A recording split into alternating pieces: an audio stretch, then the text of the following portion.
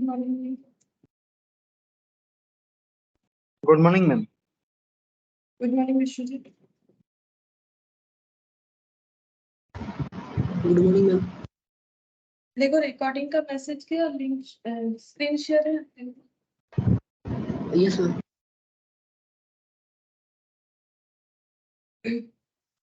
देखो हम लोग मार्जिनल कॉस्टिंग जो कर रहे थे उसमें हम लोगों ने जो भी फॉर्मूला सीखा था, फॉर्मूला बेस्ड कुछ क्वेश्चंस हम लोगों ने लास्ट क्लास में किया था, ठीक है।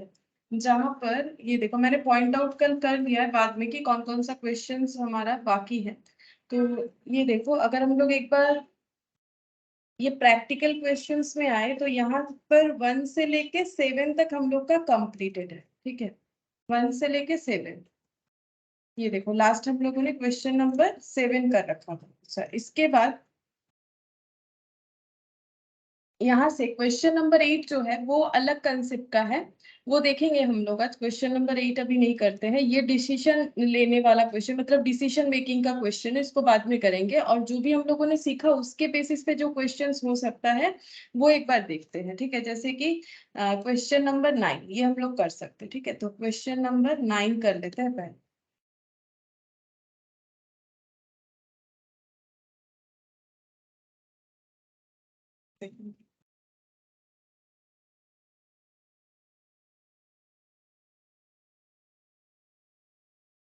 अच्छा देखो क्या दिया है क्वेश्चन नंबर 9 में। Mister x has 2 lakh investment in his business form. Mister x है जिन्होंने अपने बिजनेस में 2 लाख इन्वेस्ट कर रखा है। He wants 15% return on his money, ठीक है। 15% रिटर्न इस मतलब लैंग्वेज का मतलब ये होता है कि अगर 100 रुपीज वो इन्वेस्ट कर रहे हैं तो उन्हें 15 रुपीज रिटर्न में चाहिए, ठीक है। From N analysis of recent cost figures, कुछ एनालिसिस किया गया है रिसेंट कॉस्ट फिगर से और उससे क्या पता चला है। देखो ही finds that his variable cost of operating is 60% of sales. इनका जो वेरिएबल कॉस्ट लगता है, ऑपरेटिंग मतलब जो भी प्रोडक्शन जो भी काम ये कर रहे हैं, इनका जो ऑपरेटिंग सिस्टम है उसमें 60% ऑफ सेल्स है। मतलब वेरिएबल कॉस्ट 60 रुपीज है तो सेल्स इनका 100 रुपीज है। ये एक स्टैंडर्ड पता चला है। फिर बोल रहा है हिज फिक्स्ड कॉस्ट, इनका फिक्स्ड कॉस्ट है 80,000 पर एनम, ठीक है। पर ईयर मतलब per annum. So computations two answers the following questions. तो हमें कुछ नीचे आंसर्स पूछ रहा है, कुछ क्वेश्चंस है उसका आंसर देना है। पहला बोल रहा है what sales volume must be obtain to break even. अगर ये कंडीशन है, ये जो 4-5 लाइन ऊपर दे रखा है, अगर ये कंडीशन है, बोल रहे हैं कि इनको कितना सेल करना चाहिए ताकि ये अपना ब्रेक इवन पॉइंट पे पहुंच जाए। इंफॉर्मेशन क्या गिवन है, इंफॉर्मेशन फिक्स्ड कॉस्ट के बारे में गिवन है, इन्वेस्टमेंट कितना किया गया है इसके बारे में बता रहा है। Good morning Shiv. Good morning ma'am. Fixed cost के बारे में बता दिया है और इनका जो इन्वेस्टमेंट है वो बता दिया है। रिटर्न कितना चाहिए ये बता दिया है। 3 पॉइंट और 4th ये वाला कि इनका सेल वेरिएबल कॉस्ट कितना होता है अकॉर्डिंग टू सेल। अब हम लोग को पूछ रहा है कि बीईपी बताने के लिए। अब देखो जैसे भी हमें क्वेश्चन पूछेगा ना, पहले हमें ये सोचना चाहिए, हम जैसे पहला वाला क्वेश्चन ही हम कंसीडर कर रहे हैं, जैसे कि बीईपी बोल रहा है। अब सोचो बीईपी के लिए हमें क्या क्या चाहिए होता है। बीईपी कैलकुलेट करने के लिए अगर हम लोग इन यूनिट कैलकुलेट करना चाहते हैं तो हमें चाहिएगा फिक्स्ड कॉस्ट और कंट्रीब्यूशन पर यूनिट, ये चाहिए, ठीक है। अच्छा, अब फिक्स्ड कॉस्ट तो अवेलेबल है। अब देखो क्वेश्चन में अगर कंट्रीब्यूशन पर यूनिट निकालना चाहते हो, उसका अवेलेबिलिटी मुझे यहाँ नहीं दिख रहा है कि हम लोग पर यूनिट निकाल ले। पर यूनिट का मतलब क्या, selling price per unit minus variable cost per unit, कुछ तो हमें चाहिए तभी निकाल पाएंगे। तो ऐसा कुछ हमारे पास इंफॉर्मेशन नहीं है, तो यूनिट की जगह हम लोग इसको शिफ्ट कर लेते हैं, हमारे फॉर्मूले को इन वैल्यू यानी रुपीज में निकाल लेते हैं। रुपीज में कैसे होगा, fixed cost divided by PV ratio, ठीक है। अच्छा, तो फिक्स्ड कॉस्ट है हम लोग के पास 80,000। पीवी रेशियो कैसे निकालेंगे, पीवी रेशियो का मतलब होता है contribution divided by sales into 100, ठीक है। अब सेल्स हम लोग को तो बता रहा है कितना, सेल्स बोल रहा है कि अगर 100 है तो वेरिएबल कॉस्ट 60 है, तो यहाँ से क्या हम लोग पीवी रेशियो निकाल सकते हैं। तो कंट्रीब्यूशन कितना है 40 है, तो कंट्रीब्यूशन डिवाइडेड बाय सेल्स यानी 40/100 इनटू 100 यानी हम लोग का कितना हो जाएगा 40%। इसका मतलब पीवी रेशियो 40%। और जैसे ही इसको डिवाइड करेंगे 80,000 से तो हमारे पास ब्रेक इवन सेल्स जो है वो कैलकुलेट होके आ जाएगा। ठीक है, तो ये कैलकुलेट करने से देखना पड़ेगा कितना होता है। चेक कर लो एक बार कितना होगा। 80,000 का डबल होगा और क्या? 2 लाख 2 लाख ताई तो अच्छा अच्छा, तो 2 लाख होगा। तो हाँ 2 लाख ही आंसर है, तुम लोग का 2 लाख ब्रेक इवन होगा। तो ऐसे हमें सोचना चाहिए कि कैलकुलेट करने क्या बोला है, फिर हमारे पास इंफॉर्मेशन क्या है, तो कौन सा फॉर्मूला हम लोग अप्लाई कर सकते हैं। ठीक है, चलो तो पहले इलास्ट्रेशन 9 का क्वेश्चन ये जो है हम इसे यहाँ पर क्रॉस कर देते हैं। ये मैंने बाद में नोट डाउन किया है कल क्लास के बाद कि कौन कौन सा क्वेश्चन आज हम लोग कर पाएंगे जो भी सीखा है हमने। अच्छा, अब देखो यहाँ पर सेल्स 100 ये हम लोग एज्यूम करते हैं। ठीक है, मतलब सपोज क्यों कर रहे हैं, क्योंकि हमें बताया है कि वेरिएबल कॉस्ट 60% होता है। तो सेल्स 100 तो वेरिएबल कॉस्ट कितना 60, तो इन दैट केस कंट्रीब्यूशन कितना बनता है, कंट्रीब्यूशन 40। तो इसी एजम्पशन पे पीवी रेशियो भी निकल जाता है। अब ये पीवी रेशियो क्यों कैलकुलेट किया, मैंने दिखा दिया कि ब्रेक इवन पॉइंट का जो भी ज्यादा यूज्ड फॉर्मूला है उसमें पहला वाला फॉर्मूला यूनिट वाला यहाँ पर अप्लाई नहीं कर पाएंगे, कंट्रीब्यूशन पर यूनिट निकाल नहीं पाएंगे। तो contribution divided by sales into 100। अब हम थोड़ा सा जो है सी बाई एस ऐसे लिख रहे हैं, तुम लोग पूरा लिखोगे। ठीक है, एग्जाम टाइम में जिन लोगों को लिखना पड़ेगा तो इसीलिए यहाँ पर ऐसे करके लिख के नहीं आना है। अगर लिख के आओगे तो फिर गलत हो जाएगा। ठीक है, पूरा लिखना पड़ेगा अगर लिखने वाला ऑप्शन है तो यहाँ पर contribution divided by sales into 100। अब हम लोग यहाँ से निकालते हैं अपना पहला आंसर ब्रेक इवन पॉइंट। ठीक है, तो हम यहाँ पर रुपीज में निकाल रहे हैं, मतलब बेसिकली हम ब्रेक इवन सेल्स निकाल रहे हैं। तो ये हो गया फिक्स्ड कॉस्ट, एफसी लिख दिया मैंने, और पीवी रेशियो शॉर्टकट में लिख रहे हैं तो टाइम ज्यादा लगेगा। लेकिन हम बार बार बोल रहे हैं जिन लोगों को लिख के करना है, एक या दो क्वेश्चन आता है तो उसको पूरा लिख के ही करना पड़ता है। ठीक है, फिक्स्ड कॉस्ट हमारे पास गिवन है 80,000, पीवी रेशियो हम लोगों ने कैलकुलेट कर लिया तो ये बन गया हम लोग का 2 लाख। ठीक है, ये रुपीज में आंसर आ रहा है। तो हमारे पास जो अवेलेबिलिटी है ना उससे रुपीज में ही आंसर आएगा, इसको हम लोग यूनिट में ट्रांसफर नहीं कर सकेंगे, उसके लिए हमें सेलिंग प्राइस पर यूनिट चाहिए होगा ना। फिर यहाँ पर बोल रहा है what sales volume must be obtain to get 15% return on investment. बोल रहा है कि ऐसा कितना सेल करे ताकि 15% रिटर्न ऑन सेल मिल जाए। तो ये ना वो डिजायर्ड प्रॉफिट वाला ही हो गया। इन्वेस्टमेंट में 15% रिटर्न मतलब क्या, हमें 15% प्रॉफिट चाहिए। इन्होंने इन्वेस्ट कितना कर रखा है, देखो 2 लाख का इन्वेस्टमेंट कर रखा है, तो इनका रिटर्न का जो अमाउंट होगा वो कितना होगा, 2 लाख पे 15% इनको रिटर्न चाहिए। कितना होता है 2 लाख पे 15%, 30,000 का इनको रिटर्न चाहिए। ठीक है, अच्छा ये हम लोग का फिर क्या बन जाता है, डिजायर्ड प्रॉफिट। अब अगर हमें ये पता करना है कितना ऐसा सेल हम लोग करें ताकि हमें 30,000 का प्रॉफिट मिल जाए, तो उसका हम लोगों ने लास्ट क्लास में फॉर्मूला देखा। उसके लिए हमें क्या करना पड़ेगा, फिक्स्ड कॉस्ट प्लस यहाँ पर करेंगे desired profit divided by PV ratio. ये करने से क्यों आता है, क्योंकि fixed cost plus desired profit contribution होता है, PV ratio contribution by sale होता है, तो contribution into sale by contribution cancel out, sale ही कैलकुलेट होके आएगा। तो फॉर्मूला इस तरह से बना हुआ है। ठीक है, तो हम लोग ये वाला फॉर्मूला 2,75,000 है। ठीक है, अच्छा ये देखो सेकेंड वाला हम लोग कैलकुलेट करते हैं, 15% रिटर्न ऑन रुपीज 2 लाख, तो ये कितना हो जाएगा 30,000। ठीक है, ये 30,000। अच्छा, sales to earn 30,000 equal to sale to earn 30,000। Formula क्या है, डिजायर्ड प्रॉफिट प्लस क्या, ये डिजायर्ड प्रॉफिट है। ठीक है, डिजायर्ड प्रॉफिट कल मैंने लैंग्वेज में लिखा था। ठीक है, याद रखो DP, desired profit plus fixed cost divided by PV ratio. तो डिजायर्ड प्रॉफिट है 30,000, फिक्स्ड कॉस्ट 80,000। ये देखो यहाँ से देख के लिख सकते हो 40% पीवी रेशियो। ठीक है, कैलकुलेट किया था हम लोगों ने। सेल्स 1,10,000 डिवाइडेड बाय 40%, कैलकुलेट करने से आ जाता है 2,75,000। ये रुपीज में आ रहा है आंसर। ठीक है, रुपीज को डिवाइड करें तो ये रुपीज में आंसर आ रहा है। तो ये हम लोग का सेल कैलकुलेट हो गया, जिससे हम लोग का रिटर्न जो है 15% हो सके इन्वेस्टमेंट पे। ये क्वेश्चन भी हो गया। नेक्स्ट क्या बोल रहा है, mister x estimates that even if he close the door of his business he would incur 25,000 as expenses per year At what sales would he be better off by locking his business up? क्या बोल रहा है देखो, mister x बोल रहे हैं उन्होंने एक एस्टिमेशन किया और उन्होंने चेक किया कि अगर वो अपना बिजनेस बंद कर देते हैं, if he close the door of his business का मतलब अगर अपना बिजनेस बंद कर देते हैं, he would incur 25,000 as expense per year. ये कैसा एक्सपेंस है बोल सकते हो कि बिजनेस बंद करने के बाद भी लग सकता है, ये कैसा एक्सपेंस है? अगर बिजनेस बंद करने के बाद भी खर्चा लगेगा ऐसा बताया जा रहा है तो ये कैसा एक्सपेंस है? लीगल एक्सपेंस, वेरिएबल, फिक्स्ड होगा ना, वेरिएबल कैसे होगा? फिक्स्ड होगा तभी तो।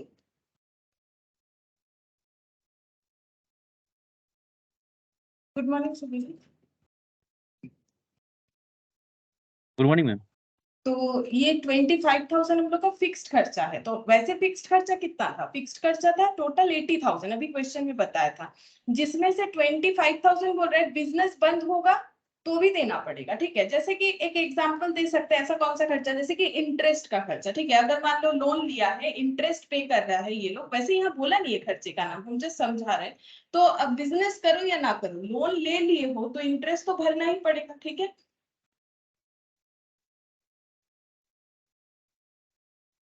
तो इस तरीके के खर्चे को बोला जाता है अनअवॉइडेबल फिक्स्ड कॉस्ट, ठीक है। अनअवॉइडेबल, जिसे हम चाह के भी अवॉइड नहीं कर सकते हैं, ठीक है।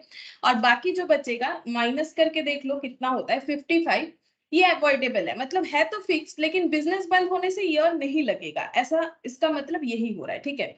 अच्छा, अब हमें क्वेश्चन क्या पूछ रहा है, at what sales would he be better off by locking up his business up, ठीक है। बोल रहा है कि ऐसा कितना उनको सेल करना चाहिए, ठीक है, ऐसे कितना उनको सेल करना चाहिए, मतलब एट व्हाट सेल्स, कितना सेल्स अमाउंट होना चाहिए जिसमें वो अपना बिजनेस बंद करने का सोच सकते हैं, या फिर कितना ऐसा ऐसा मतलब इसका और एक तरीके से भी हम लोग आंसर बोल सकते हैं कि कितने सेल होने पे उनको बिजनेस बंद करना चाहिए या बिजनेस ओपन रखना चाहिए, ठीक है। तो देखो पहले हम लोग यहाँ पर ये चीज चेक करते हैं कि ये जो सेल हो रहा है, सॉरी ये जो फिक्स्ड एक्सपेंस है, इसमें कितना अवॉइडेबल है कितना अनअवॉइडेबल है, ठीक है। तो यहाँ पर लिखते हैं अवॉइडेबल फिक्स्ड कॉस्ट इफ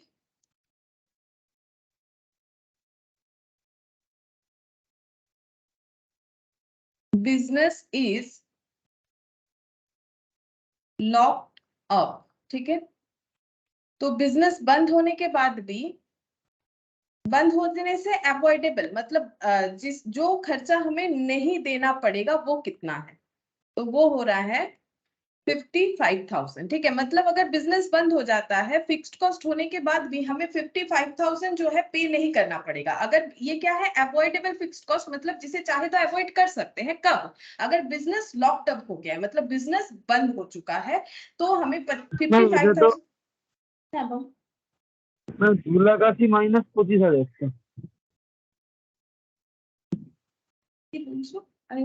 কি মাইনাস করলে? হ্যাঁ এটা কি 2,80,000 না শুধু 80,000 টাকা মাইনাস আছে? না, এটা তোমার 80,000 আছে, তোমার 80,000 ই তো হবে। 80,000 মাইনাস, না ওটা রুপিসটা। ও আচ্ছা, এটা রুপিস সাইনটা তোমাকে 2 এর মধ্যে দিয়েছি, ওটা রুপিস साइनটা दिएছি, ठीक है। ये रुपीस साइन दिया है मैंने, वो 2 के जैसा लग रहा है, ठीक है। ये 20, ये 55 ही लिखा है मैंने, ठीक है। वो रुपीस साइन है, थोड़ा दूर में लिख दिया मैंने, 55,000, ठीक है। ये बिजनेस बंद हो गया तो ये खर्चा नहीं देना पड़ेगा, ठीक है। अच्छा, अब यहाँ पर बोल रहा है एट कहाँ चला गया मेरा क्वेश्चन, ये नीचे चला गया। हाँ, यहाँ पर बोल रहा है at what sales would he be better off by locking his business up, ठीक है। तो यहाँ पर देखो मिनिमम सेल, मिनिमम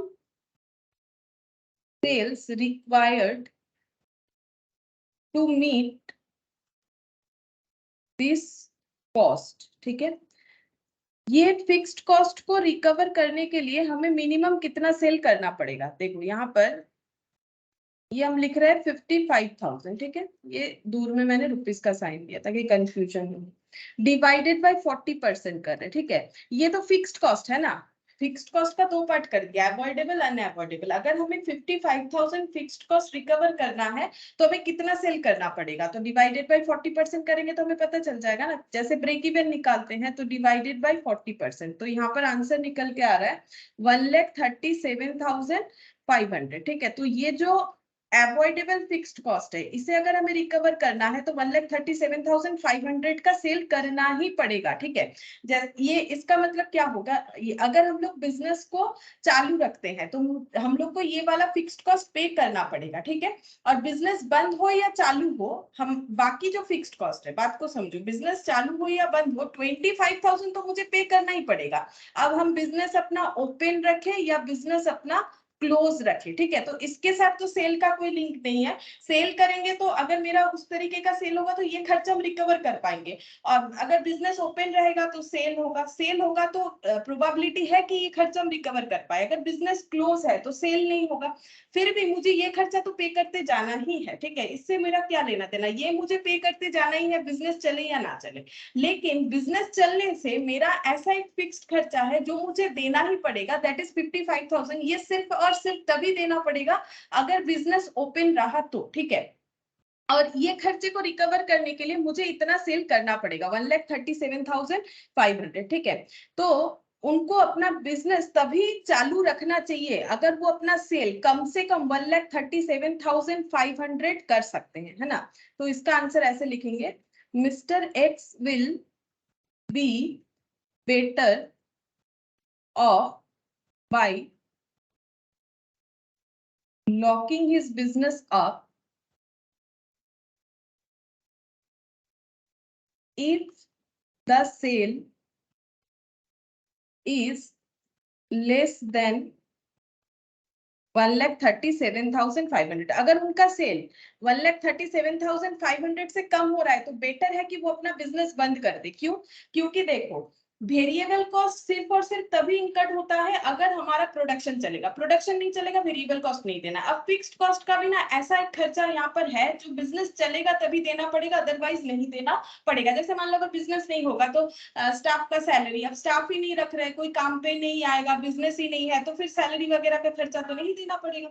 लेकिन जैसे कि इंटरेस्ट वगैरह, ये खर्चा बिजनेस चले या ना चले देना पड़ेगा। तो यहाँ पर 80,000 का हमें एक फिक्स्ड खर्चा बता दिया था। ठीक है, जिसका दो पार्ट बन गया, एक तो 25,000 और एक हो रहा है 55,000। अब ये 25,000 तो मुझे पे करना ही पड़ेगा, किसी भी हालत में मुझे पे करना पड़ेगा, चाहे मेरा बिजनेस जो है वो ओपन रहे या फिर मेरा बिजनेस जो है वो क्लोज हो जाए। मेरे पास कोई ऑप्शन नहीं है, मुझे 25,000 का खर्चा देना ही पड़ेगा। ठीक है, तो इससे मैं क्या कंपेयर करूं, इससे तो हम लोग कुछ कंपेयर कर नहीं सकते। लेकिन 55,000 का जो फिक्स्ड कॉस्ट है ये है तो फिक्स्ड कॉस्ट, लेकिन बिजनेस ओपन रहने से ही देना पड़ेगा, नहीं तो नहीं। अब हम लोगों ने यहाँ पर ये चेक करके देखा कि ये 55,000 का फिक्स्ड कॉस्ट पे करने के लिए हमें कितना सेल करना पड़ेगा, क्योंकि सेल से जो प्रॉफिट होता है उसी से तो हम लोग अपना खर्चा पे करते हैं। तो यहाँ पर 1,37,500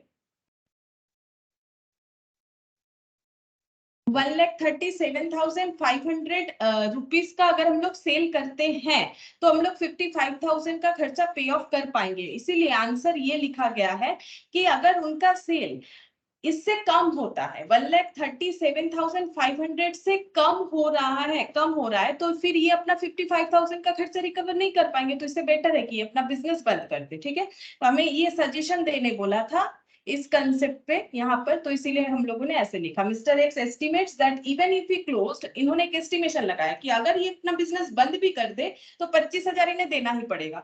तो इसका मतलब 55,000 ऐसा फिक्स्ड कॉस्ट है जो कि अवॉइडेबल है। ठीक है, बिजनेस बंद होने से ये खर्चा भी बंद हो जाएगा। At what sales would he be better off by locking his business up, कितने क्वांटिटी ऑफ सेल पे इनका बिजनेस इनको बंद करने का डिसीजन लेना चाहिए। ठीक है, तो वेरिएबल कॉस्ट का क्या है, वेरिएबल कॉस्ट यहाँ पर हम लोगों ने क्यों नहीं कुछ कंसीडर किया, क्योंकि वो तो प्रोडक्शन होने पे ही लगेगा, मतलब बिजनेस ओपन रहेगा तभी लगेगा। अब फिक्स्ड कॉस्ट का यहाँ पर हम लोगों ने देखा कि बिजनेस चलेगा तो 80,000 का फिक्स्ड कॉस्ट होगा। फिर वहां से हम लोगों ने देखा कि 25,000 तो वैसे भी देना है, बंद रहे या ओपन रहे। ठीक है, तो यहाँ पर हम लोग का 55,000 ऐसा एक एक्सपेंस है, फिक्स्ड एक्सपेंसेस, जो बिजनेस ओपन होने के साथ साथ ही इनकर्ड हो जाएगा।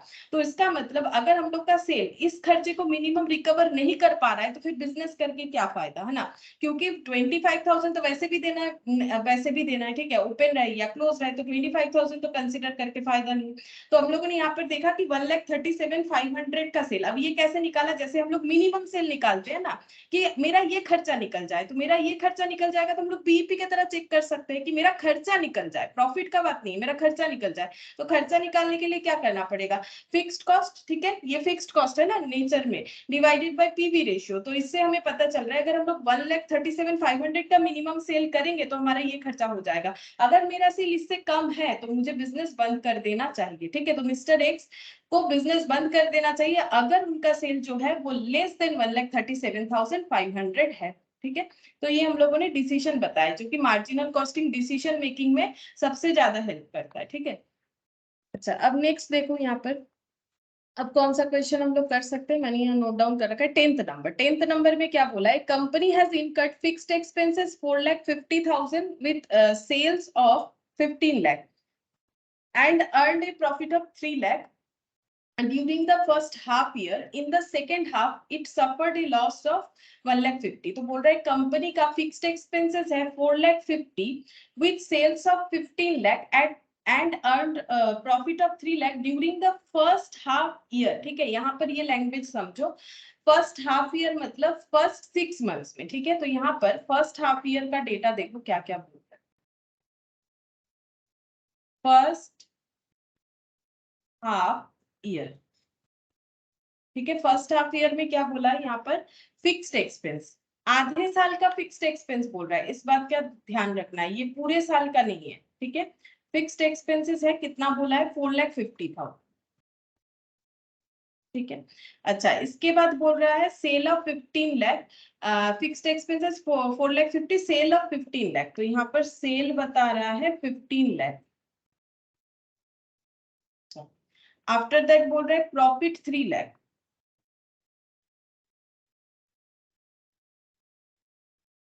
प्रॉफिट 3 लाख यहाँ पर during the first half year. फिर बोल रहे हैं in the second half it suffered a loss of 1,50,000। अब सेकेंड हाफ में क्या हो रहा है, सेकेंड हाफ ईयर लॉस है बिजनेस में 1,50,000, सिर्फ इतना बताया, ठीक है। अच्छा, अब देखो क्या बोल रहे हैं, the profit volume ratio, break even point and margin of safety for the first half year. First half year का हमें PV ratio, break even point और मार्जिन ऑफ सेफ्टी निकाल के दिखाना है। तो इसका पीवी रेशियो, तो पीवी रेशियो क्या हो जाएगा, पीवी रेशियो होता है contribution divided by sales into 100, ठीक है। तो सेल्स कितना है 15 लाख, कंट्रीब्यूशन कितना हो जाएगा, कंट्रीब्यूशन क्या होता है, सेल्स माइनस वेरिएबल कॉस्ट या फिर प्रॉफिट प्लस फिक्स्ड कॉस्ट। तो ये देखो 4,50,000 जो मार्जिनल कॉस्ट का इक्वेशन है मेन, ठीक है, इनटू 100। अब चेक करके देख लो कितना होगा,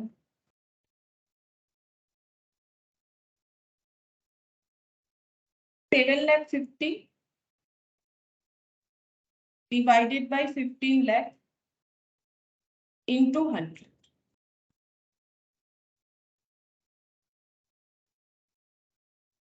%50, ठीक है। तो ये पीवी रेशियो कैलकुलेट हो गया फर्स्ट हाफ का, पहला आंसर मिल गया हम लोग को, पीवी रेशियो। अच्छा, पीवी रेशियो के बाद पूछ रहा है ब्रेक इवन पॉइंट, ठीक है। तो ब्रेक इवन पॉइंट निकाल लेते हैं। ब्रेक इवन पॉइंट हम रुपीज में निकालेंगे क्योंकि हम लोग के पास कंट्रीब्यूशन पर यूनिट कुछ है नहीं, तो रुपीज में आंसर निकालेंगे। तो fixed cost divided by PV ratio, तो 4,50,000 पीवी रेशियो 50%, देख लो कितना आता है, डिवाइडेड बाय 50%, 9 लाख, ठीक है। ब्रेक इवन पॉइंट सेल, ठीक है, 9 lakh. Margin of safety, margin of safety, margin of safety, margin of safety क्या हो जाएगा, actual sales minus break even point sales, ठीक है। तो ब्रेक इवन पॉइंट सेल्स है 9 लाख और एक्चुअल सेल्स है 15 लाख, तो 15 और 9 माइनस करने से कितना होगा, 6 लाख हो जाएगा, ठीक है, 6 lakh. Margin of safety calculate हो गया। अच्छा, तो पॉइंट 1 का हमारा जो भी छोटा छोटा क्वेश्चन पूछा था कंप्लीट। फिर सेकेंड पॉइंट में क्या बोल रहा है, expected sales volume for the second half year assuming that selling price and fixed expenses remain unchange during the second half year. बोल रहा है एक्सपेक्टेड सेल्स वॉल्यूम कितना होगा सेकेंड हाफ ईयर का, ये है क्वेश्चन। एजम्पशन क्या है, selling price fixed expenses remain unchange during the second half year, मतलब जैसा फर्स्ट हाफ ईयर में था वैसे ही सेकेंड हाफ ईयर में रहेगा। क्या क्या सेम रहेगा, सेलिंग प्राइस और फिक्स्ड एक्सपेंसेस, ठीक है।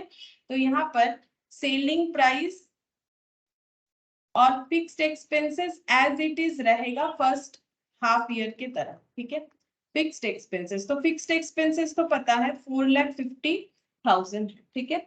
अच्छा, और हम लोग का बोला है सेलिंग एक्सपेंसेस भी उतना ही रहेगा, सेलिंग प्राइस बोला है, ठीक है। क्वेश्चन में हम लोग को सेलिंग प्राइस बोल रखा है, तो सेलिंग प्राइस तो हमें नहीं पता, सेल्स वैल्यू पता है, ठीक है, कोई बात नहीं। हम यहाँ पर लिख देते हैं same as first half year, first half year का जैसा है वैसे ही होगा। यहाँ पर मैंने इस तरह से लिख दिया। अब इसके रिगार्डिंग हमें सेल्स वॉल्यूम कैलकुलेट करने के लिए बोला है, ठीक है। सेल्स वॉल्यूम कितना होगा, अगर हम लोग का लॉस इतना है और सेलिंग प्राइस जो है फर्स्ट हाफ ईयर की तरह है, फिक्स्ड एक्सपेंसेस इतना है, तो सेल कितना होगा ये हमें पूछ रहा है, सेल्स कितना होगा, ठीक है। तो हम लोग को सेल पता करना है, तो सेल का फॉर्मूला कैसे होता है, सेल्स अगर हमें पता करना है तो हम लोग ऐसे लिख सकते हैं, fixed cost plus desired profit divided by PV ratio. इससे हमें रिक्वायर्ड सेल का पता चल जाता है, ये होता है रिक्वायर्ड सेल का फॉर्मूला, ठीक है। सेल कितना होगा ताकि हमारा ये कंडीशन सेटिस्फाई हो, तो फिक्स्ड कॉस्ट कितना 4,50,000। अच्छा, अब इसमें डिजायर्ड प्रॉफिट के जगह लॉस है तो नेगेटिव में दिखा दो, ठीक है, नेगेटिव में दिखाओ, लॉस है 1,50,000, तो यहाँ पर माइनस 1,50,000 हो जाएगा। अच्छा, अगर मेरा पीवी रेशियो क्या यही वाला रहेगा, देखो यही वाला रहेगा, क्योंकि अगर मेरा वेरिएबल कॉस्ट सेम है, क्योंकि वेरिएबल कॉस्ट का कोई चेंजेस नहीं बोला है, बोल रहा है सेलिंग प्राइस भी सेम है, ठीक है, तो फिक्स्ड कॉस्ट भी सेम है, तो इसका मतलब मेरा पीवी रेशियो भी सेम होगा, क्योंकि पीवी रेशियो वैसे भी हम लोगों ने यहाँ पर कैसे निकाला था, फिक्स्ड कॉस्ट प्लस प्रॉफिट, इस तरह से, ठीक है। हाँ, तो ये 50% रहेगा। हाँ बोलो कितना रहा है, कौन सा 6 लाख है, 6 लाख, तो यहाँ पर हम लोग को 50% ही लगाना पड़ेगा, तो ये हो गया 3 लाख डिवाइडेड बाय 50%, तो ये हो जाएगा 6 लाख। 6 लाख का हम लोग का रिक्वायर्ड सेल बन गया, ठीक है, 6 लाख हम लोग का रिक्वायर्ड सेल बन गया। तो ये सेकंड क्वेश्चन कंप्लीट। थर्ड यहाँ पर पूछ रहा है the break even point and margin of safety for whole year, ठीक है, मतलब ये दोनों को मिक्स्ड अप कर दो, ठीक है, ये दोनों को मिक्स्ड अप कर दो, पूरे साल भर का हमें बताना है। बीपी बीपी रुपीज में ही बता देंगे, और मार्जिन ऑफ सेफ्टी, तो पहले बीपी निकालते हैं। बीपी का मतलब होता है fixed cost by PV ratio, तो फिक्स्ड कॉस्ट कितना होगा, देखो दोनों ईयर का 4,50,000 और 4,50,000, ठीक है, क्योंकि 4,50,000 पूरे साल भर का नहीं था, दोनों पार्ट था, ईयर बोल रहे हैं, sorry, one half and second half, ठीक है, first half and second half, तो ये 4,50,000 इसका मतलब हम ये नहीं बोलना चाह रहे कि फिक्स्ड कॉस्ट हम 2 बार ऐड करें, नहीं, क्योंकि यहाँ पर क्वेश्चन में 4,50,000 सिर्फ फर्स्ट हाफ ईयर यानी 6 मंथ्स के लिए ही एप्लीकेबल था, ऐसा क्वेश्चन हमें बता रहा है, और नेक्स्ट हाफ में भी उतना ही फिक्स्ड एक्सपेंसेस है जितना फर्स्ट हाफ में था, तो इसका मतलब पूरे ईयर का इतना हो रहा है, ठीक है, तभी हम लोग ऐड कर रहे हैं। फिक्स्ड कॉस्ट को हम लोग 2 बार नहीं लिख रहे हैं, यहाँ पर क्वेश्चन का लैंग्वेज हमें ऐसा दिया है। और पीवी रेशियो कितना आएगा, पीवी रेशियो हम लोग का 50% ही आएगा, क्योंकि ये तो परसेंटेज है ना, तो परसेंटेज का तो ये पूरे साल भर का भी तो उतना ही आएगा, ठीक है, पूरे साल भर का भी तो हमारा उतना ही आएगा, परसेंटेज यानी contribution divided by sales into 100, अगर दोनों हाफ ईयर इसमें भी 50% इसमें, तो बोलो कितना है, 3 लाख 18 लाख में 3 लाख असते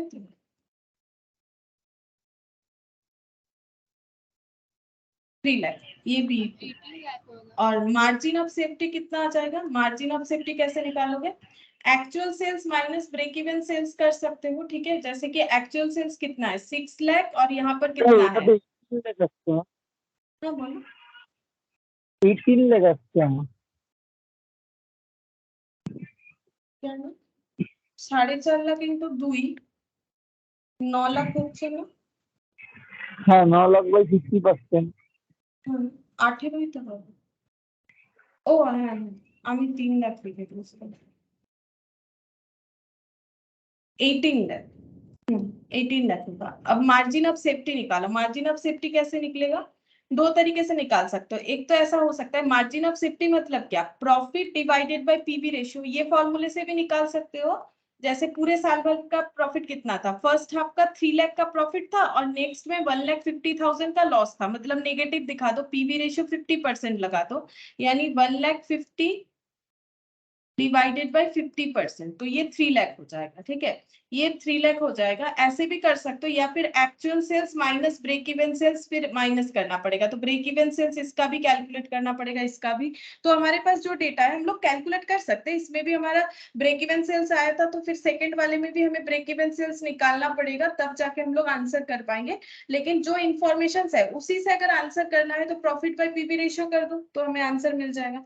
नहीं तो हम लोग अगर एक्चुअल सेल्स कर सकते हो, देखो एक्चुअल सेल्स कितना हो जाएगा, यहाँ 15 लाख और वहां पर एक सेल वैल्यू आ रखा है, फिर माइनस करना पड़ेगा बीएस सेल, तो बीएस एक ही जगह पे निकला हुआ है, फिर सेकेंड ईयर का निकालना पड़ेगा, तो ये तो ज्यादा कैलकुलेशन हो जाएगा। बेटर है हम लोग ऐसे निकाल लेते हैं, एमओएस का profit divided by PV ratio. अच्छा, तो ये तीनों पॉइंट देखो कवर हो गया हम लोग का, ये वाला। अच्छा, नेक्स्ट हम लोग कौन सा कर सकते हैं, 11। ठीक है, question number 11, the following information is given by Star Limited. Margin of safety दे दिया है, MOS, total cost, margin of safety in unit, break even sales in unit, लिखा है सेल्स लेकिन यूनिट है आंसर। ठीक है, यूनिट में दिया है, मतलब बेसिकली इसका अगर सही बोलो तो ये पॉइंट लिखना चाहिए। ठीक है, जो भी हो, मैं अगर यूनिट में दिया है तो हम लोग समझ सकते हैं कि ये क्वांटिटी का बात कर रहा है। कैलकुलेट करने बोला है profit, PV ratio, BP sales, BP in rupees और फिक्स्ड कॉस्ट। ठीक है, तो हम लोग को ये सारी चीजों को कैलकुलेट करके देना है, जो भी इंफॉर्मेशन अवेलेबल है।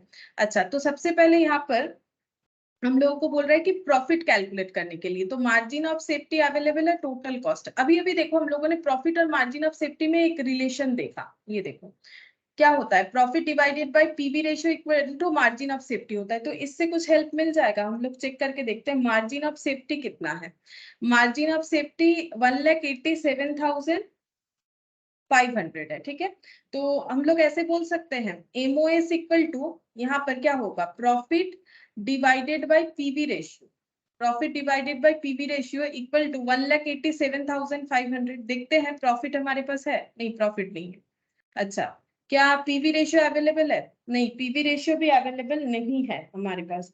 अच्छा, तो फिर क्या फॉलो कर सकते हैं हम लोग, यहाँ पर मार्जिन ऑफ सेफ्टी को हम लोग परसेंटेज में निकाल ले तो सेल मिल जाएगा। चलो एमओएस को ना हम लोग परसेंटेज में निकाल लेते हैं, एमओएस इन परसेंटेज। तो मार्जिन ऑफ सेफ्टी हम लोग को पता है 1,87,500 है, आउट ऑफ टोटल सेल कितना, टोटल सेल हो जाएगा हम लोग का, यूनिट में कर लेते हैं। चलो यूनिट में हम लोग कर पाएंगे, अगर रुपीज में लिखेंगे तो टोटल सेल वैल्यू में नहीं पता चल रहा है ना, तो यूनिट जैसा रहेगा वैसे ही यूज करेंगे। मार्जिन ऑफ सेफ्टी है 3,750। ठीक है, 3,750 यूनिट, इतना यूनिट सेल करने से मार्जिन ऑफ सेफ्टी है। टोटल सेल क्या होता है, क्या ये दोनों मिला के टोटल सेल नहीं होगा, ये दोनों मिला के टोटल सेल होगा। क्यों बताओ, क्योंकि हम लोग का पहला सेल जो होता है no profit no loss break even sales, उसके बाद मार्जिन ऑफ सेफ्टी का सेल, ये दोनों मिला के ही तो टोटल सेल होता है। तभी तो total sale minus margin of safety equal to BS, total sale minus BS equal to margin of safety होता है। तो टोटल सेल 3,750, हाँ यहाँ पर लिखते हैं 3,750,1250 यूनिट। तो इसका कितना परसेंट आएगा, इंटू 100 कर देते हैं,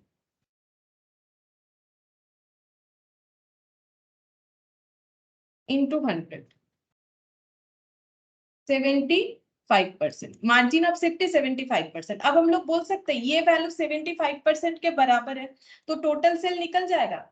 टोटल सेल्स तो 100% है, तो 1,87,500। ठीक है, 1,87,500, this is equivalent to 75%। Then 100% equal to कितना होगा, 100% मतलब टोटल सेल्स, तो 100% से हमें टोटल सेल्स मिल जाएगा 1,87,500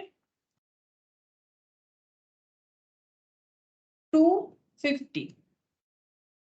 ठीक है, 2,50,000 ये हम लोग का टोटल सेल हुआ। देखते हैं कुछ आंसर्स मिला अभी तक, नहीं अभी तक नहीं मिला है।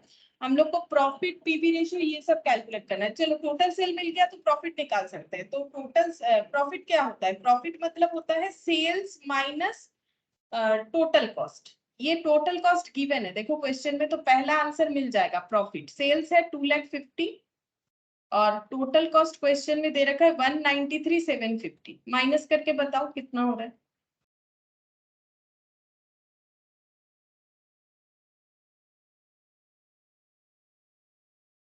56,250 हो रहा है, ठीक है, 56,250। इसका मतलब ये हम लोग का प्रॉफिट हो गया, ठीक है। अच्छा, फिर बोल रहा है PV ratio. PV ratio calculate करने के लिए बोल रहा है, तो पीवी रेशियो क्या होता है? पीवी रेशियो होता है, ऐसे हम लोग बोल सकते हैं, पीवी रेशियो इक्वल टू, ये देखो ये फॉर्मूला अप्लाई कर सकते हैं।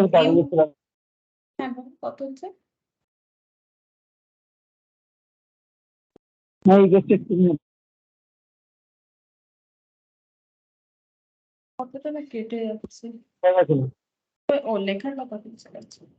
अच्छा देखो, पीवी रेशियो को हम लोग मार्जिन ऑफ सेफ्टी से लिंक करके लिखते हैं, तो हमारे लिए आसान होगा। हमें पता है एमओएस इक्वल टू क्या होता है? Profit divided by PV ratio, ठीक है। अब हम लोग को पीवी रेशियो कैलकुलेट करने के लिए बोला है, तो पीवी रेशियो क्या बन जाएगा? पीवी रेशियो इक्वल टू हो जाएगा प्रॉफिट बाय एमओएस, ठीक है। हम लोग को अपने हिसाब से ना चेंज करते जाना है, तो प्रॉफिट क्या होगा? प्रॉफिट अभी अभी कैलकुलेट किया 56,250, ठीक है, और एमओएस दे रखा है 56,250 और एमओएस दे रखा है 187,500।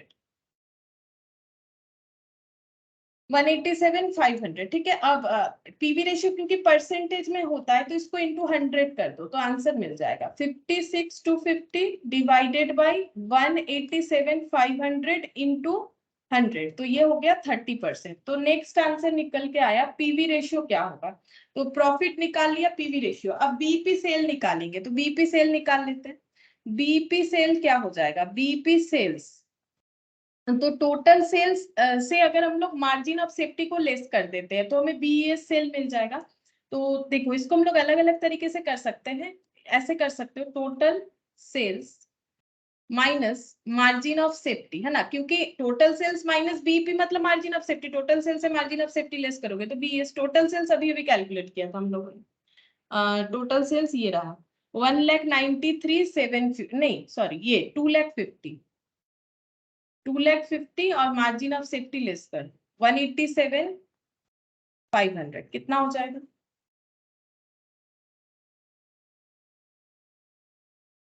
62, हाँ 62,500। इसको और एक तरीके से भी निकाल सकते थे, कैसे? बीईपी मार्जिन ऑफ सेफ्टी का परसेंटेज निकाला ना हम लोगों ने। मार्जिन ऑफ सेफ्टी कितना परसेंट है? 75%। तो बीएसएल कितना होगा? 25% होगा, ठीक है। बाकी रिमेनिंग पोर्शन, तो 2,50,000 टोटल सेल है, 2,50,000 का 25% करके देखो, तो भी तुम लोग का इतना ही आंसर आएगा। 2,50,000 का 25%, ये देख लेते हैं एक बार। ये देखो 2,50,000 टोटल सेल और BSL 25%, 25% equal to 62,500, same answer आएगा। या फिर ऐसे भी कर सकते हो, दोनों में से कोई भी एक तरीके से किया जा सकता है। अच्छा, इसके बाद बोल रहे हैं फिक्स्ड कॉस्ट निकालने के लिए, ठीक है। तो फिक्स्ड कॉस्ट कैसे निकालेंगे? फिक्स्ड कॉस्ट को बीईपी सेल से निकाल सकते हैं। तो ये देखो, बीईपी सेल्स इक्वल टू क्या होता है? Fixed cost divided by PV ratio, ठीक है। तो यहाँ पर लिखते हैं fixed cost equal to BEP sales into PV ratio. BEP sales है 62,500 और पीवी रेशियो कितना आया था? पीवी रेशियो आया है 30%। तो ये अप्लाई कर 62,500 पे 30% लगा दो, तो ये हो गया 18,750, ठीक है। तो इस तरीके से हो सकता है, और भी अलग तरीके से फिक्स्ड कॉस्ट निकाल सकते हो। कैसे? जैसे देखो, हम लोग वो जो मेन फॉर्मूला है, sales minus variable cost minus fixed cost equal to profit, ठीक है। अभी हमें क्वेश्चन में सेल्स माइनस वेरिएबल कॉस्ट मतलब क्या होता है? कंट्रीब्यूशन होता है, contribution minus fixed cost equal to profit. अब हमें प्रॉफिट पता है, क्वेश्चन में ना हमें प्रॉफिट मिल गया है कैलकुलेट करके। ये देखो 56,250, ये इस तरीके से भी हो सकता है। 56,250 प्रॉफिट है, इधर फिक्स्ड कॉस्ट बचेगा। अब कंट्रीब्यूशन कैसे निकालेंगे? Sales into PV ratio. तो सेल्स कितना है? सेल्स है हम लोग का 2,50,000, इस पे पीवी रेशियो लगेगा, कितना आया है ये वाला 30%। 2,50,000 पे 30%, चेक करो, 2,50,000 पे 30% 75,000 आ रहा है, ठीक है। 75,000 माइनस 56,250, 18,750। तो कोई भी तरीके से निकाल सकते हैं हम लोग। अगर हमें कंसेप्ट समझ में आता है तो हम लोग फॉर्मूले को अलग अलग तरीके से यूज कर सकते हैं। तो वैसे भी कैलकुलेट हो जाएगा, आंसर सेम आएगा लेकिन इससे थोड़ा जल्दी हुआ, ठीक है। अच्छा, ये हम लोग का क्वेश्चन नंबर 11 हो गया। इसके बाद हम लोग 12 भी कर सकते हैं, क्वेश्चन नंबर 12। तो यहाँ पर क्या बोला है देखो, a single product company sells its product at 60 per unit. एक प्रोडक्ट बेच रहा है कोई कंपनी जिसका प्रोडक्ट का सेल प्राइस है 60 rupees. In 1920 the company operated at a margin of safety 40%। 1920 में इनका एमओएस था 40%। The fixed cost amounted to 3,60,000 and the variable cost to sales was 80%। मतलब वेरिएबल कॉस्ट जो था वो सेल का 80% था, मतलब सेल 100 था तो वेरिएबल कॉस्ट 80 था। 2021 it is estimated that the variable cost will go up by 10%। बोल रहे variable cost 10% बढ़ जाएगा and the fixed cost भी increase by 5%। Find the selling price required to be fixed in 2021। 2021 में इनको कितना सेल प्राइस अपना फिक्स्ड कर देना चाहिए, मतलब कितना सेल प्राइस इनको रखना चाहिए to earn the same PV ratio as in 1920, ताकि वो 1920 के तरह सेम पीवी रेशियो अर्न कर सके। तो इसके लिए तो पहले ये पता करना पड़ेगा कि 1920 का पीवी रेशियो कितना था। अच्छा, इसके बाद और एक पॉइंट पूछ रहा है, assuming that the same selling price of 60 per unit in 2021, find the number of units required to be produced and sold to earn the same profit in 1920। तो यहाँ पर बोल रहा है कि अगर हम लोग ये अजम्पशन लेते हैं कि सेलिंग प्राइस 2021 में हम लोग 60 पर यूनिट रखेंगे, then find the number of units required to be produced and sold. तो 60 रुपीज सेलिंग प्राइस के साथ कितना यूनिट हमें प्रोड्यूस करना चाहिए और सेल करना चाहिए ताकि हम लोग सेम प्रॉफिट अर्न कर सके जो कि 1920 में करते थे। तो ये दोनों क्वेश्चन से तो ये पता चलता है कि हमें 1920 का प्रॉफिट देखना है पहले और पीवी रेशियो देखना है, क्योंकि सेम पीवी रेशियो मेंटेन करना है, सेम प्रॉफिट मेंटेन करना है, दो अलग अलग पॉइंट पूछे गए, ठीक है। तो पहले 1920 का जो भी इंफॉर्मेशन है उसे लाइन बाय लाइन लिख लेते हैं।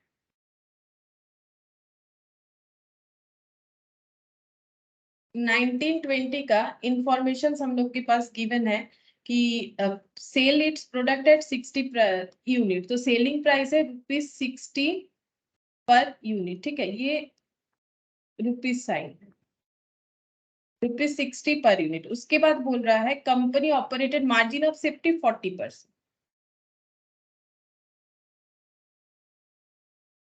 Fixed cost 3,60,000।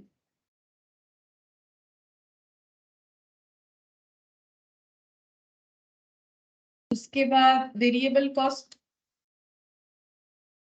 ये है हम लोग का 80%। वेरिएबल कॉस्ट टू सेल्स, ठीक है, वेरिएबल कॉस्ट टू सेल्स वैसे भी ये सेल के ऊपर ही बताता है। अगर क्वेश्चन में कभी ये पॉइंट मिसिंग रहे ना, वेरिएबल कॉस्ट रेशियो, तो समझ लो कि वो सेल के ऊपर ही है। जैसे मार्जिन ऑफ सेफ्टी, तो ये सेल के ऊपर ही है ना, तो मार्जिन किस पे होता है भाई, सेल पे होता है, तो फिर मार्जिन ऑफ सेफ्टी मतलब सेल का ही बात हो रहा है। अच्छा, ये सब इंफॉर्मेशन दे दिया है।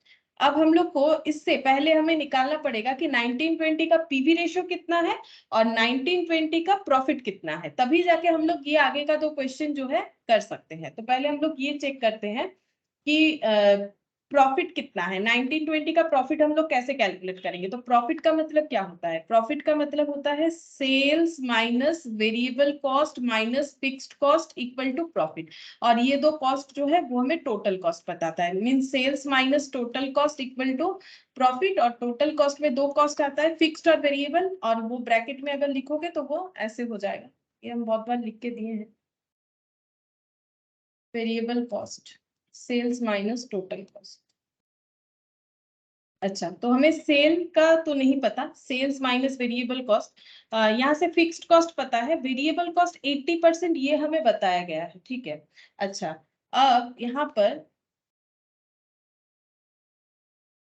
3,60,000 बोल रहा है फिक्स्ड कॉस्ट। चलो फिक्स्ड कॉस्ट लिख लेते हैं, फिक्स्ड कॉस्ट है 3,60,000 और ये है प्रॉफिट।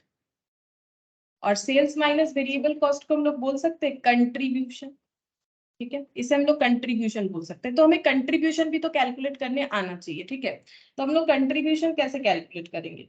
अच्छा, अब देखो यहाँ पर एक वर्किंग नोट करते हैं, ऐसे करके कैलकुलेट कर सकते हैं, ठीक है। यहाँ पर लेट सेल्स इक्वल टू 60, ये तो एजम्पशन नहीं, ये तो गिवन है, ठीक है, सेल पर यूनिट ऐसे लिखते हैं। सेल्स पर यूनिट,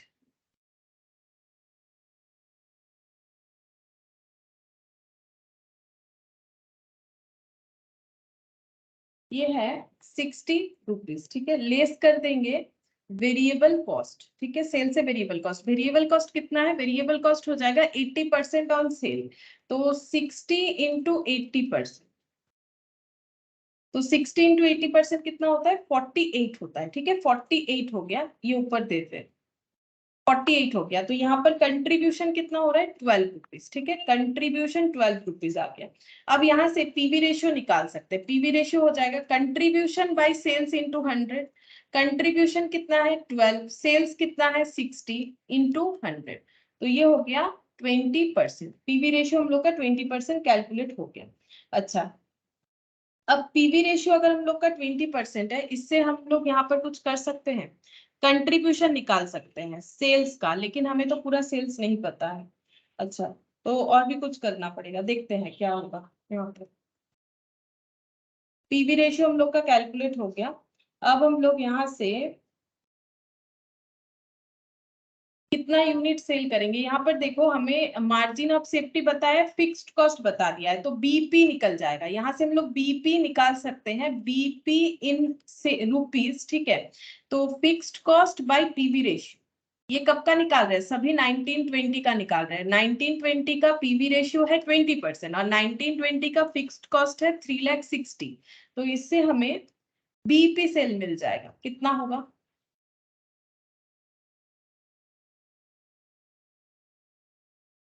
18 लाख, ठीक है, ये हो जाएगा 18 लाख। ये हम लोग का आ गया बीपी सेल, ठीक है। अच्छा, अब हम लोग यहाँ से बीपी सेल निकल के आ गया 18 लाख। अब हम लोग क्या कर सकते हैं, यहाँ पर निकाल सकते हैं मार्जिन ऑफ सेफ्टी दे दिया था, टोटल ऐसे निकाल सकते हैं, नंबर ऑफ यूनिट, ये यूनिट में निकाल लेते हैं, बीपी इन यूनिट भी निकाल लेते हैं तो आसान हो जाएगा। बीपी इन यूनिट भी एक बार निकाल लेते हैं। तो 18 लाख टोटल सेल है, ठीक है। अच्छा, और सेलिंग प्राइस पर यूनिट है 60, 60 है सेलिंग प्राइस पर यूनिट, तो ये हो जाएगा 30,000, ठीक है। 18 लाख डिवाइडेड बाई 60 कर लेते हैं, तो ये हो गया 30,000, तो बीपी यूनिट हो गया हम लोग का 30,000। अच्छा, अब हम लोग यहाँ पर ये बीपी यूनिट निकल के आ गया, हम लोग को निकालना है कंट्रीब्यूशन, यानी टोटल सेल चाहिए। अब मार्जिन ऑफ सेफ्टी भी तो बता रखा है, मार्जिन ऑफ सेफ्टी है 40%, तो मार्जिन ऑफ सेफ्टी, ठीक है, ये है हम लोग का 40%, ठीक है। तो 40% मतलब ये फिर 60% होगा, तो ये कितना हो जाएगा? 18 लाख डिवाइडेड बाई ये हम लोग का 60% है, इंटू 40% करेंगे तो हमें मार्जिन ऑफ सेफ्टी वाला सेल मिल जाएगा। 18 लाख डिवाइडेड बाई 60 इंटू 40 कर लो तो हमें मार्जिन ऑफ सेफ्टी वाला सेल मिल जाएगा 12 लाख, ठीक है। तो अब 12 लाख और 18 लाख ये दोनों ऐड करेंगे तो टोटल सेल मिल जाएगा, ठीक है, 30 लाख, टोटल सेल 30 लाख मिल जाएगा। अच्छा, टोटल सेल हम लोग का 30 लाख हो जाएगा, और 30 lakh divided by total sales ऐसे लिख देते हैं। 12 lakh margin of safety, 18 lakh break even point, तो ये हो गया 30 लाख। और नंबर ऑफ यूनिट्स कितना होगा? नंबर ऑफ यूनिट्स अगर कैलकुलेट करते हैं तो 30 lakh divided by 60, rupees 60 per unit, तो 30 लाख डिवाइडेड बाई 60 कर लेते हैं, 50,000 हो गया। 50,000 यूनिट जो है ये हम लोग का टोटल सेल यूनिट निकल के आ गया, ठीक है। अच्छा, अब 50,000 यूनिट ये कंट्रीब्यूशन कैसे निकालेंगे? देखो, 50,000 यूनिट पे कंट्रीब्यूशन, टोटल कंट्रीब्यूशन है सेल्स माइनस वेरिएबल कॉस्ट, तो कंट्रीब्यूशन कैसे निकलेगा? सेल्स माइनस वेरिएबल कॉस्ट करने से हमें मिल जाएगा कंट्रीब्यूशन, जो कि हम लोग कैलकुलेट कर चुके हैं, 12 रुपीज है कंट्रीब्यूशन पर यूनिट, 12 रुपीज। और कितना यूनिट सेल हो रहा है? 50,000, 50,000 इंटू 12 कर लो, माइनस 3,60,000, तो हमें प्रॉफिट मिल जाएगा, ठीक है। तो यहाँ पर हो जाएगा 6 लाख और माइनस 3,60,000 यानी कि 2,40,000, तो ये प्रॉफिट मिल गया। थोड़ा सा कैलकुलेशंस ज्यादा करना पड़ेगा, डायरेक्टली तो कैलकुलेट होके नहीं आ रहा है। जैसे मैंने पहले यहाँ से पीवी रेशियो निकाल लिया, पीवी रेशियो से ब्रेक इवन पॉइंट का सेल निकाल लिया और इसी से मार्जिन ऑफ सेफ्टी का सेल निकाल सकते हैं, या फिर ये नहीं करके हम लोग डायरेक्ट ऐसे भी कर सकते थे। 18 लाख हम लोग का बीईपी है, बीईपी हम लोग का कितना परसेंट है, मार्जिन ऑफ सेफ्टी जब 40% है तो बीईपी 60% है, इंटू 100% करोगे, ये नहीं भी निकालोगे तो भी चलेगा, तो डायरेक्टली 30 लाख मिल जाएगा। और 30 लाख का यूनिट बना लो तो फिर 12 से इंटू करोगे तो कंट्रीब्यूशन टोटल मिल जाएगा, ताकि वहां से हम लोग प्रॉफिट निकाल सके। ठीक है, तो ये मेरा थोड़ा लेंदी हो गया, तुम लोग चाहो तो इसको अपने हिसाब से शॉर्टकट कर लो कि हम मार्जिन ऑफ सेफ्टी नहीं निकालोगे तो भी तुम लोग का आंसर आ सकता है, जैसे कि मैंने बताया। तो ये प्रॉफिट मिल गया, क्योंकि ये क्यों कैलकुलेट किया, क्वेश्चन में हमें बोल दिया था कि 1920 की तरह प्रॉफिट रखना है, ठीक है, और 1920 की तरह पीवी रेशियो रखना है। तो 1920 का पीवी रेशियो भी मिल गया, 1920 का प्रॉफिट भी मिल गया। अब हम लोग क्वेश्चन को आगे प्रोसीड कर सकते हैं। सेलिंग प्राइस निकालना है 2021 का, ताकि हम लोग सेम पीवी रेशियो अर्न कर पाए जो 1920 में था, लेकिन कंडीशन ये है कि वेरिएबल कॉस्ट 10% बढ़ेगा और फिक्स्ड कॉस्ट 5% बढ़ेगा। ठीक है, तो देखो पहला क्वेश्चन का आंसर कैसे होगा।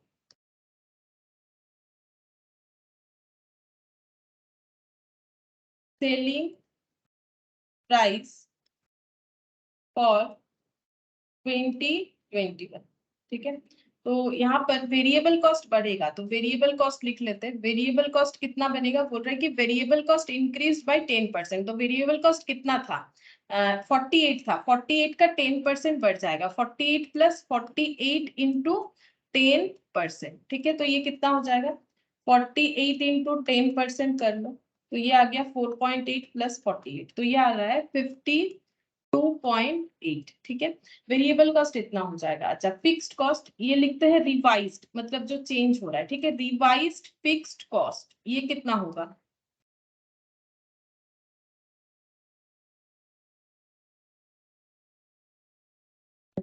रिवाइज्ड फिक्स्ड कॉस्ट देखो कितना होगा, फिक्स्ड कॉस्ट कितना था, फिक्स्ड कॉस्ट ये रहा 3,60,000 था, ठीक है, 3,60,000 था। अब फिक्स्ड कॉस्ट बोल रहे हैं इंक्रीज करेगा कितने से, 5% से, तो ठीक है 5% बढ़ाओ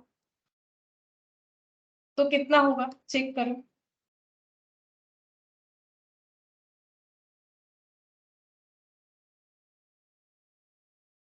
3,78,000।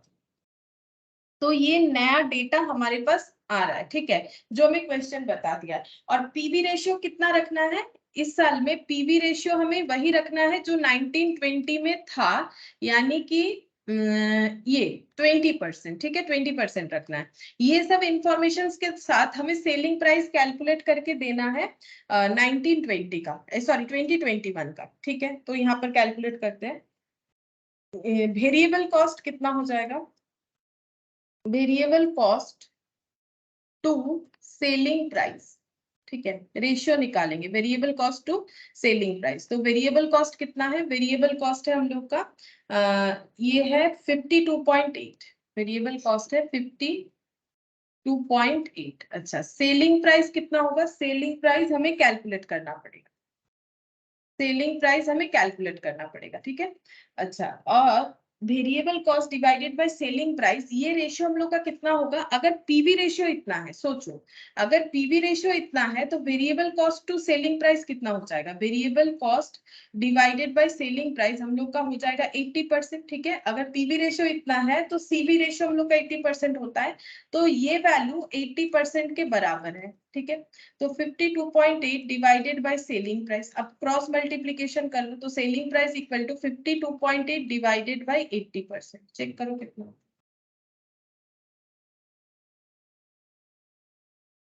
66 रुपीज, ठीक है, तो सेलिंग प्राइस हम लोग का कितना निकल के आ गया, 66 रुपीज। इसके अलावा भी तरीका है, जैसे कर सकते हो, जैसे हम लोग का पीवी रेशियो बताया ना, तो पीवी रेशियो क्या होता है, कंट्रीब्यूशन बाय सेल्स इनटू 100 होता है। तो पीवी रेशियो कितना क्वेश्चन में बता रखा है 20%, तो 20/100, कंट्रीब्यूशन कितना होगा, सेल्स माइनस वेरिएबल कॉस्ट, तो हमें सेल्स ही कैलकुलेट करना है, और वेरिएबल कॉस्ट हम लोग का आ रखा है 52.8 रिवाइज जो वेरिएबल कॉस्ट, और नीचे सेल्स। अब क्रॉस मल्टीप्लीकेशन कर लो तो ये कैंसिल आउट होके 5 हो जाएगा, तो 5s माइनस 52.8 ऐसे भी हो, ठीक है, दोनों तरीका हम दिखा रहे हैं। 264 इक्वल टू हो गया एस, ठीक है, ये एस इधर आ गया तो 4s इक्वल टू 264, तो 264 डिवाइडेड बाय 4 कर लो 66 आ जाएगा, ठीक है, तो भी निकल के आएगा सेलिंग प्राइस। जैसे करना चाहो, ठीक है, जिस तरीके से भी क्यों ना करना चाहो वो हमारा 66 आ ही जाएगा। तो अलग अलग तरीका जिसको दिमाग में जो आएगा उन दैट मोमेंट वैसे फॉलो करके कर सकते हो, तो ऐसे भी कैलकुलेट हो जाएगा। तो पहला आंसर तो मिल गया कैसे करके हम लोग अपना सेलिंग प्राइस कैलकुलेट करेंगे। उसके बाद बोल रहा है कि अगर सेलिंग प्राइस 60 ही रखे 2021 में, हमें कितना यूनिट बेचना पड़ेगा ताकि हम लोग सेम प्रॉफिट अर्न कर सके एज 1920, ठीक है। तो इसका मतलब ऐसे लिख सकते हैं, sales to earn profit, sales to earn profit 1920 का प्रॉफिट कितना आया था, 1920 का प्रॉफिट आया था हम लोग का 2,40,000, सेल्स टू अर्न प्रॉफिट 2,40,000, 2,40,000, ठीक है। अब कैसे कैलकुलेट होगा, fixed cost plus desired profit divided by PV ratio, ऐसे करके कर सकते हो, ठीक है। और दूसरा भी तरीका है, तो हम लोग को ये कैलकुलेट करके देना है सेल्स, तो फिक्स्ड कॉस्ट और डिजायर्ड प्रॉफिट, फिक्स्ड कॉस्ट जो है वो चेंज हुआ है, वो कितना हो रहा है 3,78,000, तो वही लिखेंगे, ठीक है, 3,78,000। डिजायर्ड प्रॉफिट कितना कमाना है 2,40,000, ठीक है। और पीवी रेशियो हम लोग का कितना बन रहा है, पीवी रेशियो हम लोग का बन रहा है 20%, तो यहाँ पर 20% लगा दो, तो देखो कितना है 3,78,000 2,40,000 डिवाइडेड बाय 20%, 30,90,000, ये रुपीज, ये जो है रुपीज में आ रहा है, 30,90,000 का हम लोग सेल करेंगे तो हमें डिजायर्ड प्रॉफिट इतना मिलेगा। अब सेल्स अगर क्वांटिटी बताना है, जैसे कि क्वेश्चन पूछा है कि यूनिट में बता दो, ठीक है, तो सेल बन रहा है 30,90,000 और सेलिंग प्राइस पर यूनिट हम लोग 60 ही रखना चाहते हैं, ऐसे क्वेश्चन हमें बता रहा है, तो डिवाइडेड बाय 60 कर दो, यूनिट पता चल जाएगा, यूनिट निकल के आ रहा है 51,500। एक मिनट, ये गलत कैसे हो गया मेरा, कुछ तो गलत हो गया यहाँ पर।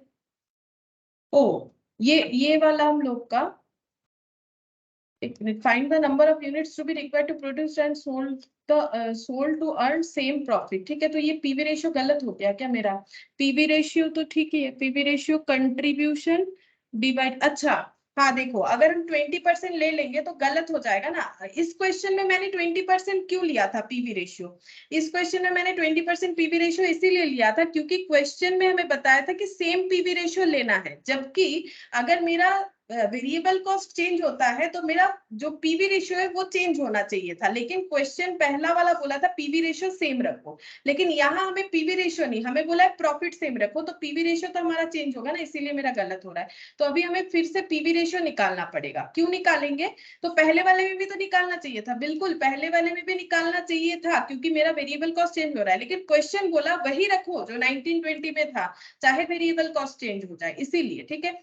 तो अब हम लोग यहाँ पर सेल्स माइनस वेरिएबल कॉस्ट करेंगे। अब इस क्वेश्चंस के लिए ये जो थर्ड पॉइंट है इसके लिए मेरा PV ratio contribution by sales into 100 होता है। इस क्वेश्चन में मेरा सेलिंग प्राइस पर यूनिट मुझे 60 रखने बोला है तो हम 60 रखेंगे, ठीक है। कंट्रीब्यूशन होता है सेल्स माइनस वेरिएबल कॉस्ट, और वेरिएबल कॉस्ट 52.8 हो चुका है चेंज होने के बाद, ठीक है। तो जहां जैसा बोलेगा वैसे ही लेना पड़ेगा हमें, ठीक है, जहां बोल रहा है कि सेम रखो तो सेम रखना पड़ेगा, ठीक है। वैसे तो वहां भी मेरा ये वेरिएबल कॉस्ट चेंज होना चाहिए, 60 माइनस 52.8, तो ये बन रहा है 7.2 इंटू 100 डिवाइडेड बाई 60, 12%, ठीक है। ये वेरिएबल कॉस्ट मेरा बन रहा है 12%। अच्छा, अब इसको 12% से डिवाइड करेंगे, तो 3,78,000 प्लस 2,40,000 डिवाइडेड बाई 12%, 51,50,000 ऐसे आना चाहिए।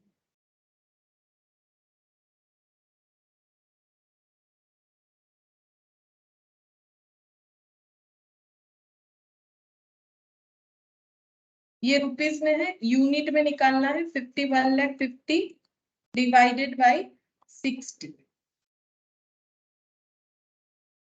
85,833, 85,833 3 अप्रोक्स, ठीक है, अप्रोक्स इतने यूनिट। अब यूनिट में इसीलिए मैंने स्पेसिफिकली निकाला क्योंकि क्वेश्चन में पूछा था कि नंबर ऑफ यूनिट्स, ठीक है, जब क्वेश्चन ऐसे बोल देगा ना नंबर ऑफ यूनिट्स, तब जरूर हमारे पास ऐसे इंफॉर्मेशन होंगे जिससे हम लोग यूनिट में कैलकुलेट कर सकते हैं, ठीक है। अब यहाँ पर प्रॉफिट सेम रखने बोला था, बाकी चीज जैसा है वैसा अप्लाई करने बोला है फॉर द ईयर 2021। तो ईयर 2021 में फिक्स्ड कॉस्ट इतना हो रहा है इंक्रीज होकर, डिजायर्ड प्रॉफिट जो 1920 का रखने के लिए बोला है। तो पीवी रेशियो कैसे निकलता है, कंट्रीब्यूशन बाय सेल्स, और 2021 में हमारा वेरिएबल कॉस्ट चेंज हुआ था, तो फिर सेल माइनस वेरिएबल कॉस्ट, जबकि सेल हमें 60 रखने के लिए बोला है तो 60 रखा हम लोगों ने। अब यहाँ भी पीवी रेशियो चेंज हो सकता था, लेकिन क्वेश्चन बोला था वही पीवी रेशियो रखो जो 1920 में रखना है, और उसके हिसाब से अगर वेरिएबल कॉस्ट फिक्स्ड कॉस्ट बढ़ जाता है तो कितना सेलिंग प्राइस हमें रखना चाहिए, तो सेलिंग प्राइस 66 रखना चाहिए, ठीक है। तो ये हम लोग का हुआ क्वेश्चन नंबर 12, ठीक है, क्वेश्चन नंबर 12 हो गया। अब इसके बाद अलग टाइप क्वेश्चंस है। अच्छा, अब हम लोग ये वाले क्वेश्चंस करते हैं 3, 5, 6 और 9, जो कि हमारा इलास्ट्रेशन रिलेटेड क्वेश्चन। इसमें भी हम लोग का क्वेश्चन नंबर 1 हो गया था, 1, 2, 3 ये हो गया, 1 हो गया था, 2 भी हो गया था। क्वेश्चन नंबर 3 है, 3, 5, 6 और 9, ठीक है। देखो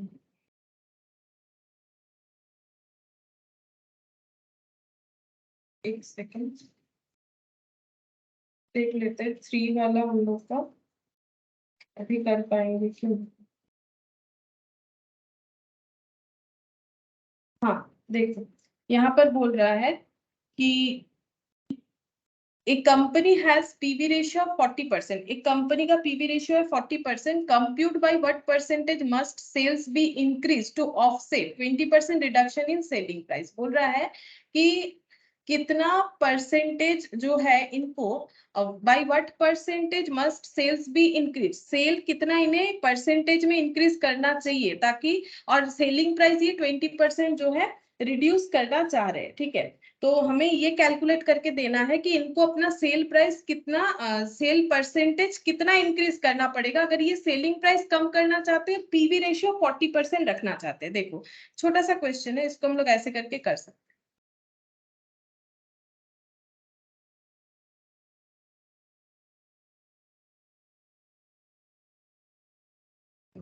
इलस्ट्रेशन यहाँ पर लिखते हैं, सपोज अगर 1 यूनिट सेल करते हैं, ठीक है, तो इनका सेलिंग प्राइस कितना है, 1 यूनिट सेल करने पे इनका सेलिंग प्राइस है हम लोग का, पीवी रेशियो 40% बोला है, तो मतलब 40 पीवी रेशियो 40% का मतलब क्या होता है, कंट्रीब्यूशन बाय सेल्स मतलब 40/100, ठीक है, 40/100। तो सेलिंग प्राइस 100 होने से वेरिएबल कॉस्ट कितना हो रहा होगा, वेरिएबल कॉस्ट हम लोग का हो रहा होगा यहाँ पर 60, तभी तो जाके कंट्रीब्यूशन कितना निकल के आ रहा है, 40 निकल के आ रहा है, ठीक है। ये कैलकुलेट होके आ रहा है। अच्छा, अगर ये इनका 1 यूनिट सेल अप करेंगे, जबकि सेलिंग प्राइस इनको क्या करना है, इनको compute by what percentage must sales be increased, sale कितना इंक्रीज करे अगर वो सेलिंग प्राइस 20% कम कर देंगे, ऐसा बोल रहा है। तो जो सेलिंग प्राइस 100 था, अगर ये 20% सेलिंग प्राइस कम हो जाएगा, समझो सेलिंग प्राइस बोल रहा है 20% कम करने के लिए, तो सेलिंग प्राइस कितना बनेगा 80 रुपीज, ठीक है। अगर मेरा सेलिंग प्राइस कम हो जाएगा 20% से, तो सेलिंग प्राइस कितना बनेगा 180 बन जाएगा। वेरिएबल कॉस्ट में कोई चेंजेस नहीं बोला है, बोल रहा है कि सेलिंग प्राइस चेंज होगा, तो variable cost as it is रख रहे हैं। इन दैट केस हम लोग का कंट्रीब्यूशन बन गया 20, ठीक है। अब हम लोग को बोल रहा है कि what percentage must sales be increase to offset 20% reduction in selling price. ये सेलिंग प्राइस रिड्यूस हो गया और उसके बाद भी हमें अपना पीवी रेशियो अगर इतना ही रखना है तो हमें क्वांटिटी बढ़ाना पड़ेगा। देखो अगर हमें पीवी रेशियो 40% ही रखना है लेकिन हम लोग अपना सेलिंग प्राइस कम करना चाहते हैं, ठीक है, कम कर सकते हैं, तो फिर क्वांटिटी बढ़ाना पड़ेगा। प्राइस कम कर दिया तो क्वांटिटी बढ़ाना पड़ेगा ना। तो यहाँ पर देखो अगर हमें सेम कंट्रीब्यूशन रखना है तभी तो पीवी रेशियो ये आएगा, ठीक है।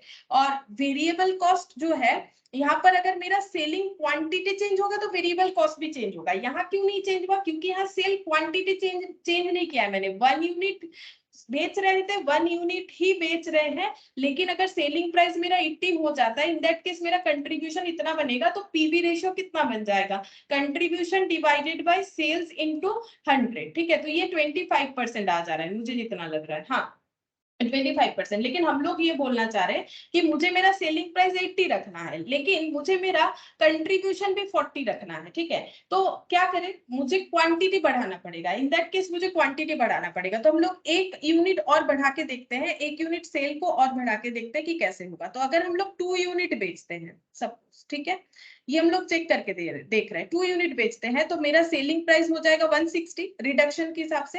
अब 2 यूनिट का वेरिएबल कॉस्ट कितना हो जाएगा, 120। ठीक है, तो मेरा कंट्रीब्यूशन कितना निकल के आ गया, 40 रुपीज कंट्रीब्यूशन। ठीक है, तो अब जैसे ही कंट्रीब्यूशन 40 निकल के आ गया, मेरा पीवी रेशियो वैसे ही बन जाएगा, contribution divided by sales into 100। तो ये देखो यहाँ पर हो जाएगा कितना होगा, 40 contribution 40 divided by contribution divided by sales into 100, ये कितना होगा 40 25 हाँ 25% contribution divided by sales into 100, 25% हो रहा है। अच्छा एक मिनट, 25% हो रहा है, और इसमें कितना हो रहा था, ये हम लोग का हो रहा था 40%, जो 40% बोला था। अच्छा ठीक है, 40%, और यहाँ पर बोल रहा है 20% रिडक्शन। अच्छा, तो हमें ये पूछ रहा है कि सेल्स वैल्यू कितना करना पड़ेगा, 160 120 40 हो गया, सेल्स माइनस वेरिएबल कॉस्ट। हाँ ठीक तो किया है मैंने, 2 यूनिट बेचने पे मेरा कंट्रीब्यूशन 40 आ रहा है, तो कंट्रीब्यूशन डिवाइडेड बाय सेल्स, ये 2 यूनिट का कंट्रीब्यूशन है, ये 2 यूनिट का सेल्स है, तो एक एक यूनिट का कितना हो जाएगा 80, और ये 60 हो जाएगा। अच्छा, मुझे पूछा क्या है, compute by what percent must sale be increase to offset 20% reduction in selling price, लेकिन पीवी रेशियो तो मेरा 40% फिर मेंटेन नहीं हो रहा है, 25% ही रह जा रहा है। एक सेकेंड, तो हाँ रिवाइज्ड पीवी रेशियो मेरा 25% आ रहा है। ठीक है, रिवाइज्ड पीवी रेशियो मेरा 25% आ रहा है, company has PV ratio 40%, compute by what percent must sales be increase to offset 20% reduction in selling price. अच्छा, तो इसका मतलब एक यूनिट पहले हम लोग बेचते थे 100 रुपीज में, तो हम लोग कंट्रीब्यूशन कमाते थे 40 रुपीज। ठीक है, अच्छा अब अगर हम लोग 2 यूनिट बेचेंगे और 160 में, ठीक है 2 यूनिट 160 में बेच रहे हैं, यानी सेल प्राइस रिड्यूस हो गया, तो भी हम लोग 40 रुपीज का जो है कंट्रीब्यूशन कमाएंगे। ठीक है, तो हमें पीवी रेशियो सेम नहीं रखने बोला है। ठीक है, यहाँ पर बोल रहा है by what percentage must sale be increased, sale कितना परसेंटेज इंक्रीज हुआ, तो सेल यहाँ पर इंक्रीज देखो 100 से 60, यानी 60% से सेल इंक्रीज हुआ, 100 पे 60% लगाओगे तभी तो 160 आएगा ना। 20% रिडक्शन इन सेलिंग प्राइस, ताकि हम लोग सेलिंग प्राइस का जो रिडक्शन किए हैं उसे ऑफसेट कर सके, मतलब मैचअप कर सके, मतलब कंट्रीब्यूशन का सिर्फ बोला है। ठीक है, पीवी रेशियो मैचअप नहीं करना है, हमें सेम कंट्रीब्यूशन जो है वो देखना है, कि अगर सेम कंट्रीब्यूशन निकालना है तो, क्योंकि देखो पीवी रेशियो सेम नहीं आएगा ना, कैसे आएगा, क्योंकि जब मेरा सेल्स माइनस वेरिएबल कॉस्ट करेंगे तो कंट्रीब्यूशन तो डिवाइडेड बाय सेल प्राइस होता है ना, जब 40 पे मेरा 100 है, 40 पे 160 है, सेम तो नहीं आएगा। तो थोड़ा सा क्वेश्चन रीड गलत हो गया, यहाँ पर बोल रहा है कि कंपनी का पीवी रेशियो बता दिया, कितने परसेंटेज से हम लोग सेल को इंक्रीज कर सके, ताकि 20% रिडक्शन इन सेलिंग प्राइस को हम लोग मैचअप कर सके, मतलब कंट्रीब्यूशन हमारा उतना ही आए जैसे पहले आ रहा था। ठीक है, तो हम लोग को बस यहाँ पर इतना ही आंसर लिखना पड़ेगा कि हम लोग को अपना कंट्रीब्यूशन को, सेल्स वैल्यू को 60% से इंक्रीज करना पड़ेगा। हम यहाँ पर लिख देते हैं, therefore sales value increased by 60% and sales quantity to be double, sale quantity double करना पड़ेगा। अभी यहाँ पर हम लोगों ने एजम्पशन लेके देखा ना, सेल क्वांटिटी 1 यूनिट से 2 यूनिट हो गया, sale quantity to be double to offset the reduction in selling price, reduction in selling price. ठीक है, तो सेलिंग प्राइस रिड्यूस करने के वजह से जो हमारा मतलब प्रॉब्लम अराइज हो रहा है, कंट्रीब्यूशन हमें उतना ही रखना है, ये दोनों को मैचअप करवाना है, ठीक है, पीवी रेशियो को नहीं, पीवी रेशियो कभी भी मैचअप नहीं हो पाएगा। हमें क्या करना है, कंट्रीब्यूशन अगर सेम ही रखना है तो हमें सेल क्वांटिटी में क्या चेंजेस चाहिए, क्वेश्चन यही पूछा था, ठीक है। तो बस इतना लिखने से हमारे लिए काफी है, और इसका तुम लोग थोड़ा प्रेजेंटेशन अपने हिसाब से कर सकते हो, जिनको प्रेजेंटेशन करके लिखना है, ठीक है। अच्छा, अब हम लोग नेक्स्ट देखते हैं, इलास्ट्रेशन 3 हो गया। अब 5, 6, 9, सो 3 के बाद 4 हम लोगों ने लास्ट क्लास में कर लिया था। 5, ठीक है, इलास्ट्रेशन 5।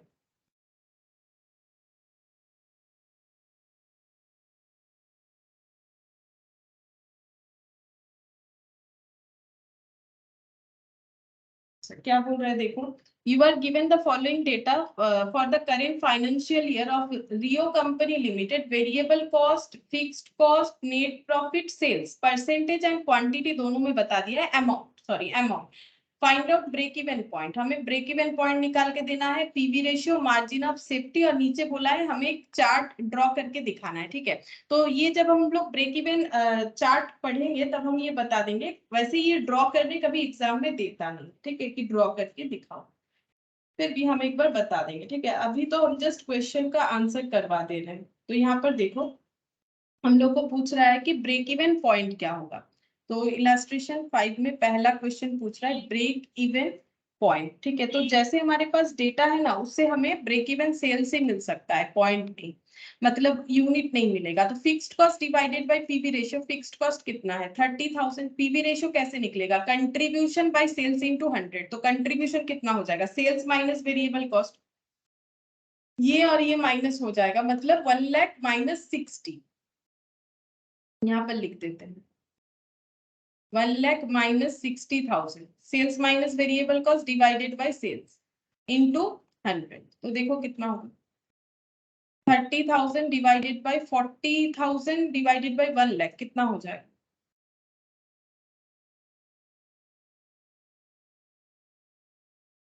40%। 30,000 डिवाइडेड बाय 40%, तो ये आंसर आ रहा है 30,000। 30,000 याद है, ये कैसे पॉसिबल है, 30,000 डिवाइडेड बाय 40%, हाँ 75,000। 75,000 हम लोग का ब्रेक इवन पॉइंट का आंसर आ रहा है।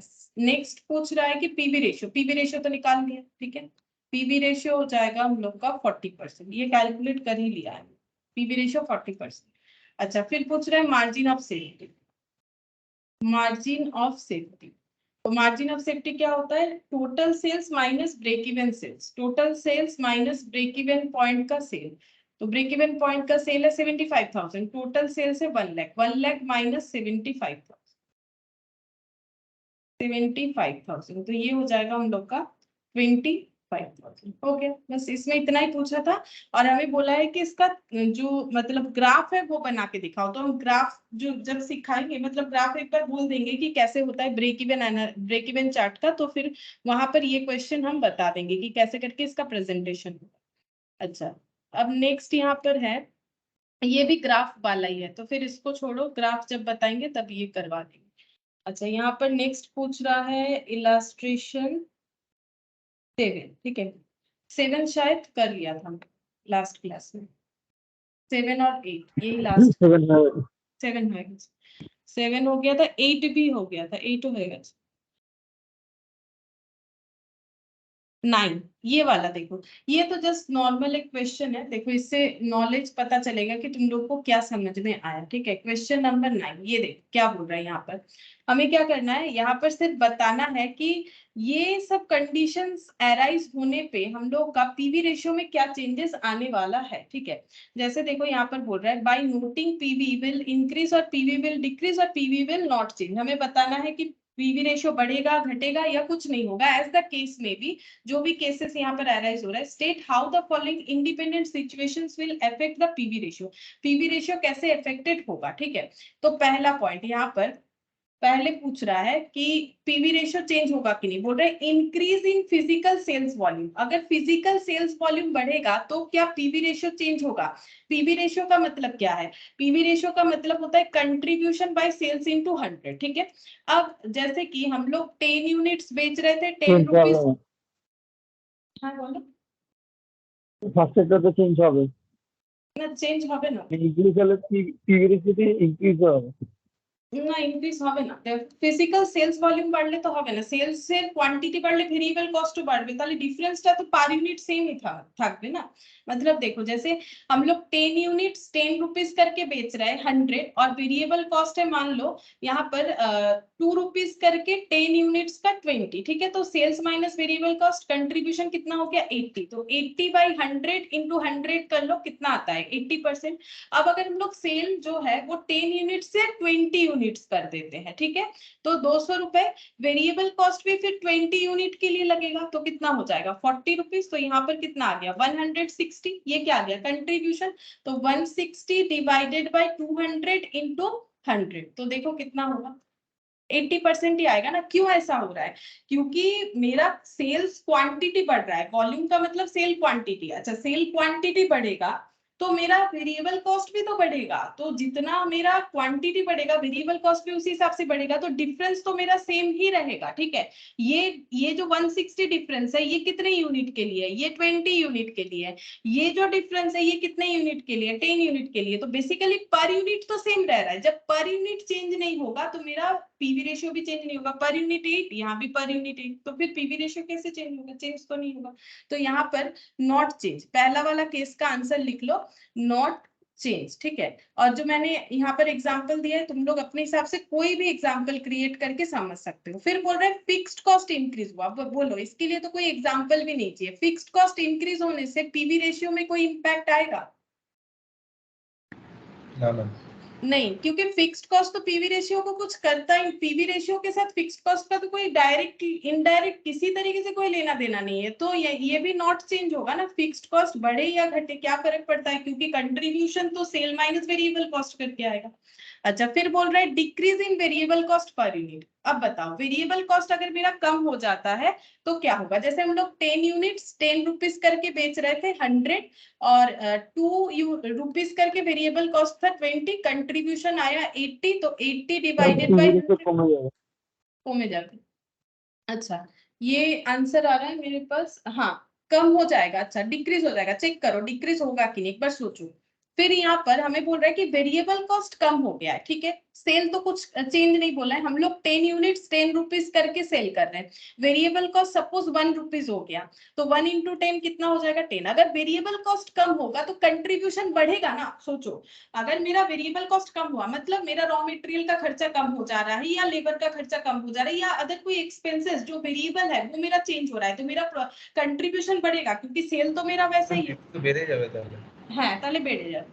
तो ये देखो 90 डिवाइडेड बाय 100 इंटू 100, तो मेरा कंट्रीब्यूशन बढ़ेगा। देखो कंट्रीब्यूशन भी तो वन काइंड ऑफ प्रॉफिट है, लेकिन फिक्स्ड कॉस्ट लेस करके नहीं, सिर्फ वेरिएबल कॉस्ट लेस करके। मेरा खर्चा कम होगा तो मेरे बिजनेस में अर्निंग ज्यादा होगा, अर्निंग ज्यादा होगा तो अर्निंग का रेशियो भी ज्यादा होगा। पीवी रेशियो तो मुझे वन टाइप ऑफ अर्निंग ही बताता है ना, तो फिर ये क्या हो गया इंक्रीज, ठीक है।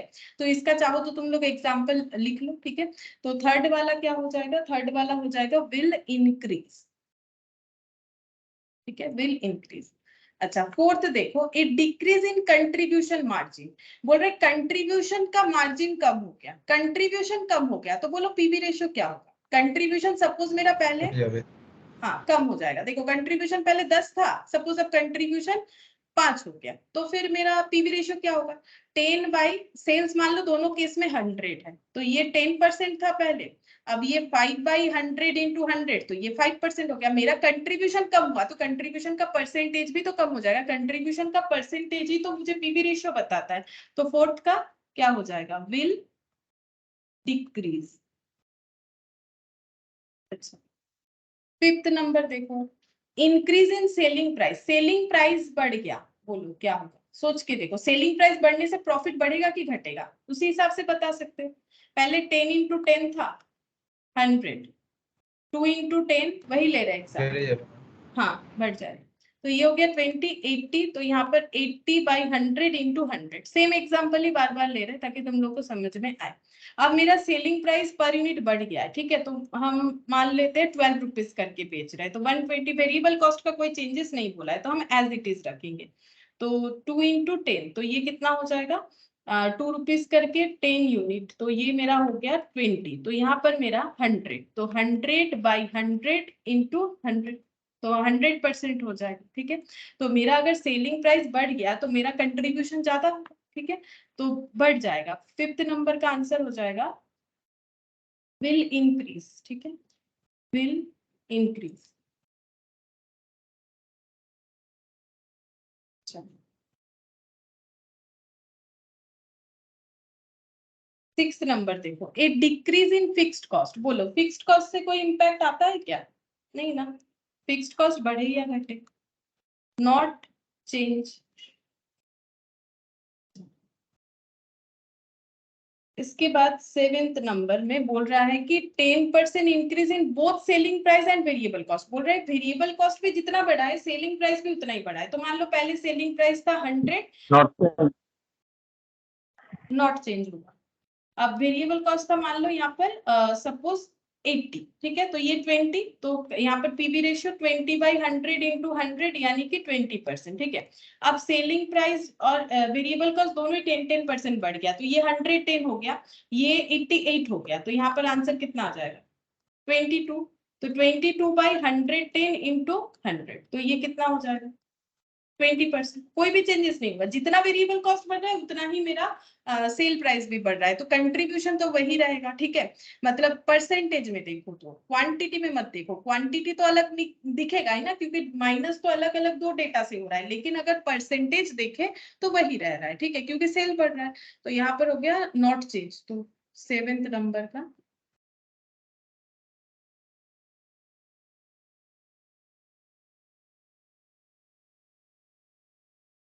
Will not change. फिर इसके बाद 8, 10% increase in selling price per unit and 10% decrease in physical sales volume. बोल रहा है सेलिंग प्राइस बढ़ गया है, सेल्स वॉल्यूम कम हो गया है, तो क्या होगा चेक करके देख लो। देखो अगर हम लोग का सेलिंग प्राइस बढ़ गया है, जैसे सेलिंग प्राइस था 10 रुपीज, जैसे कि हम एग्जाम्पल ले रहे थे, ये 10% बढ़ गया, तो ये कितना हो गया 11 रुपीज सेलिंग प्राइस, ठीक है, 11 रुपीज हो गया। और 10% डिक्रीज इन फिजिकल क्वांटिटी, तो अभी तक हम दिखा रहे थे कि 10 यूनिट बेच रहे थे, अब यहाँ पर कितना हो जाएगा 9 यूनिट, ठीक है, क्वांटिटी हो गया 9 यूनिट, ये नया कंडीशन है। और पहले क्या था, पहले सेलिंग प्राइस 10 था और क्वांटिटी क्या था 10 यूनिट था, ठीक है। अब क्या होगा, तो यहाँ पर देखो 10 इंटू 10, यहाँ पर सेल वैल्यू आ रहा था 100, अभी वही हो जाएगा 11 इंटू 9 यानी 99, ठीक है। अब वेरिएबल कॉस्ट जब अप्लाई करेंगे, वेरिएबल कॉस्ट मान लेते हैं कि 2 रुपीज करके ही है, तो 10 यूनिट का 2 रुपीज करके 20, यहाँ पर 80, तो इसके हिसाब से पीवी रेशियो बन रहा है 80%। और यहाँ पर 9 यूनिट का 2 रुपीज करके वेरिएबल कॉस्ट 80, तो यहाँ पर 81 आ गया, तो 81/99 इंटू 100 चेक करना पड़ेगा।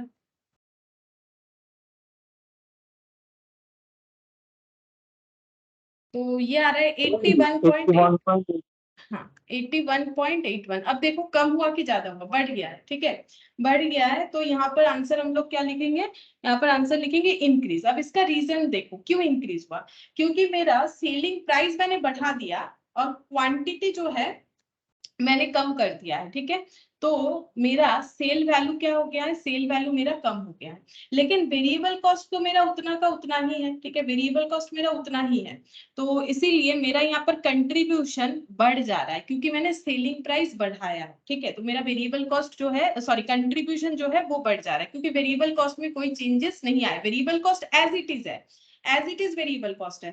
तो वेरिएबल कॉस्ट पहले भी जितना लग रहा था अभी भी उतना ही लग रहा है, लेकिन अर्निंग मेरा बढ़ गया है, हाँ क्वांटिटी भी मेरा कम हुआ है सेल का, लेकिन अर्निंग मेरा पर यूनिट में बढ़ गया है, तो ओवरऑल इंपैक्ट यहाँ पर हम लोगों ने चेक करके देखा इंक्रीज हो रहा है, तो यहाँ पर लिखेंगे will increase.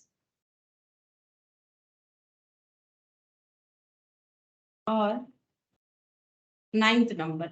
A 50% increase in sales in the variable cost per unit, 50% decrease in fixed cost. तो fixed cost से तो कुछ impact नहीं आएगा, इसको हटा ही दो चाहे. 50% increase in variable cost, variable cost बढ़ गया है. पहले था 100 माइनस यहाँ पर 20 तो 80 आ रहा था, तो 80% हो रहा था. अब बोल रहा है वेरिएबल कॉस्ट 50% बढ़ गया, मतलब 20 का 50% यानी 30 हो गया, तो यहाँ पर कंट्रीब्यूशन कम हो जाएगा. तो ये कितना आ जाएगा 70/100 इंटू 100 मतलब 70%. तो डिक्रीज हो रहा है. ठीक है, तो ये डिक्रीज हो जाएगा, विल डिक्रीज. ठीक है, will decrease. फिर क्या बोल रहे हैं, and increase in the angle of incidence. ठीक है, तो एंगल ऑफ इंसिडेंस समझाने के लिए मुझे वो ग्राफ बताना पड़ेगा, तो ये पॉइंट भी हम यहाँ पर रख दे रहे हैं एक बार. ठीक है, जब हम ग्राफ बताएंगे तो ये सारा पॉइंट हम कवर करेंगे कि ये एंगल ऑफ इंसिडेंस क्या होता है. ठीक है, तब बताएंगे एंगल ऑफ इंसिडेंस इंक्रीज होने से क्या इम्पैक्ट आएगा. अच्छा, इसके बाद हम लोग का जो क्वेश्चंस आ रहा है, हम लोग का जो मतलब मार्जिनल कॉस्टिंग का मेन जो फॉर्मूला बेस्ड क्वेश्चंस था, अगर देखो तो वो हम लोग का कंप्लीट हो गया. अब हम लोग जो है की फैक्टर्स वाला क्वेश्चंस देखेंगे. ठीक है, मतलब जिससे हम लोग ये डिसीजन ले पाएंगे कि हमें डिसीजन मेकिंग का भी क्वेश्चन रहेगा कि हमें जो है बिजनेस में कौन सा प्रोडक्ट बनाना चाहिए, कौन सा प्रोडक्ट नहीं बनाना चाहिए, कौन सा कितना बनाना चाहिए. ठीक है, ऐसा क्वेश्चन भी आएगा. तो पहले हम लोग पढ़ेंगे लिमिटिंग फैक्टर, जिसको बोला जाता है की फैक्टर्स भी. तो ये देखो लिमिटिंग फैक्टर्स या की फैक्टर्स. लिमिटिंग फैक्टर और की फैक्टर.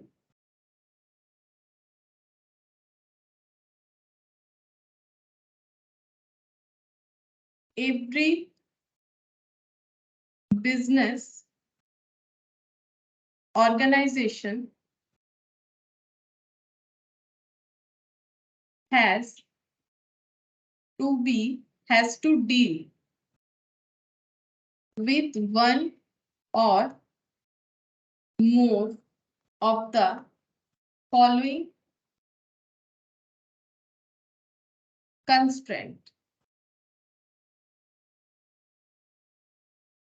मतलब सभी ऑर्गेनाइजेशन का कुछ ना कुछ कंस्ट्रेंट, यानी जिसको बाधा बोलते हैं. ठीक है, कंस्ट्रेंट हो सकता है, जैसे सबके सारे ह्यूमन बीइंग्स के लाइफ में भी ना कुछ कंस्ट्रेंट रहता ही है. जैसे कोई मान लो कि किसी का फाइनेंशियल प्रॉब्लम होता है, कोई किसी का मान लो फाइनेंशियली ठीक है तो उसका हेल्थ इश्यूज हो सकता है. तो हर एक ह्यूमन बीइंग का अपना अपना बहुत अलग अलग तरीके का जैसे प्रॉब्लम होता है, उसी तरह से हर एक बिजनेस ऑर्गेनाइजेशन का अलग अलग कॉन्स्टेंट हो सकता है जिनके साथ उनको डील करना पड़ेगा. ठीक है, जैसे कि स्पेस का इशू. ठीक है, कोई बिजनेस ऑर्गेनाइजेशन के पास स्पेस कम है, किसी के पास पैसे का इशू, जैसे मैंने ह्यूमन बीइंग के लिए भी बोला. ठीक है, किसी के पास रॉ मटेरियल, जो रॉ मटेरियल यूज करते हैं वो लोग प्रोडक्शन करने के लिए, वो जो है वो कम है, मार्केट में नहीं मिल रहा है, ऐसा हो सकता है. लेबर, सही लेबर का जो है अवेलेबिलिटी नहीं है, ऐसा हो सकता है. लोकेशन अच्छा नहीं है. ठीक है, ये हो सकता है. अच्छा, नेक्स्ट मशीन. ठीक है, जैसा मशीन चाहिए वैसा नहीं खरीद पा रहे ड्यू टू फाइनेंशियल इशू, या फिर मशीन वैसा अवेलेबल नहीं हो रहा है मार्केट में, ये भी हो सकता है. इलेक्ट्रिसिटी का फैसिलिटी, पानी. ठीक है, यानी कि वाटर, क्योंकि प्रोडक्शन में तो पानी भी बहुत एक अहम हिस्सा होता है. तो नेक्स्ट लिखते हैं ट्रांसपोर्टेशन. हो सकता है ट्रांसपोर्टेशन सिस्टम उतना अच्छा नहीं है जहां पर प्रोडक्शन वगैरह हो रहा है. ठीक है, तो ये सब कांस्टेंट हो सकता है और इससे हमें डील करना है. ये कांस्टेंट है बोल के हम लोग काम नहीं करेंगे ऐसा नहीं होता है. ठीक है, हम लोग कुछ ना कुछ तो कर ही लेते हैं. तो यहाँ पर लिखते हैं टेकिंग, नेक्स्ट पॉइंट में taking into consideration the limiting factor,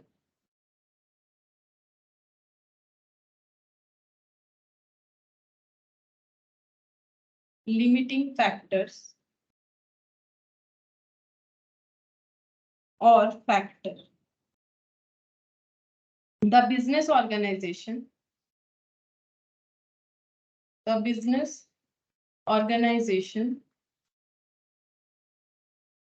has to develop the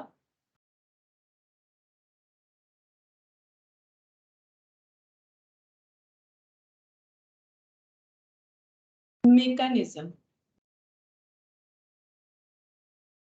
in which the available facility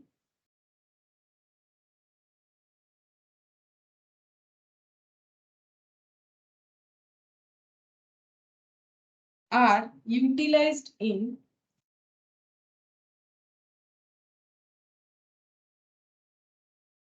optimum manner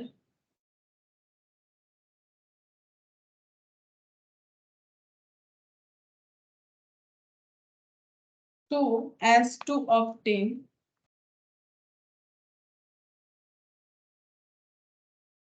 the maximum amount of profit.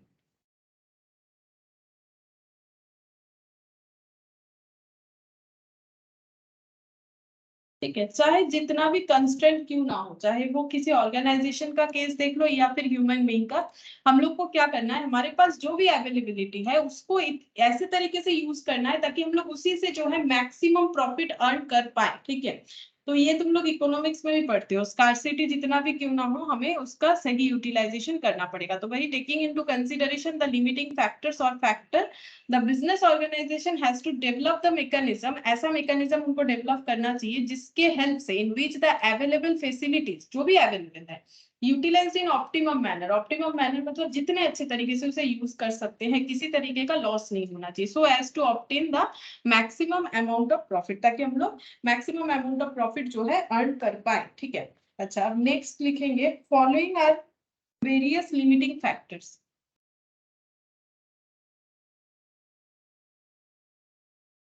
Following are various limiting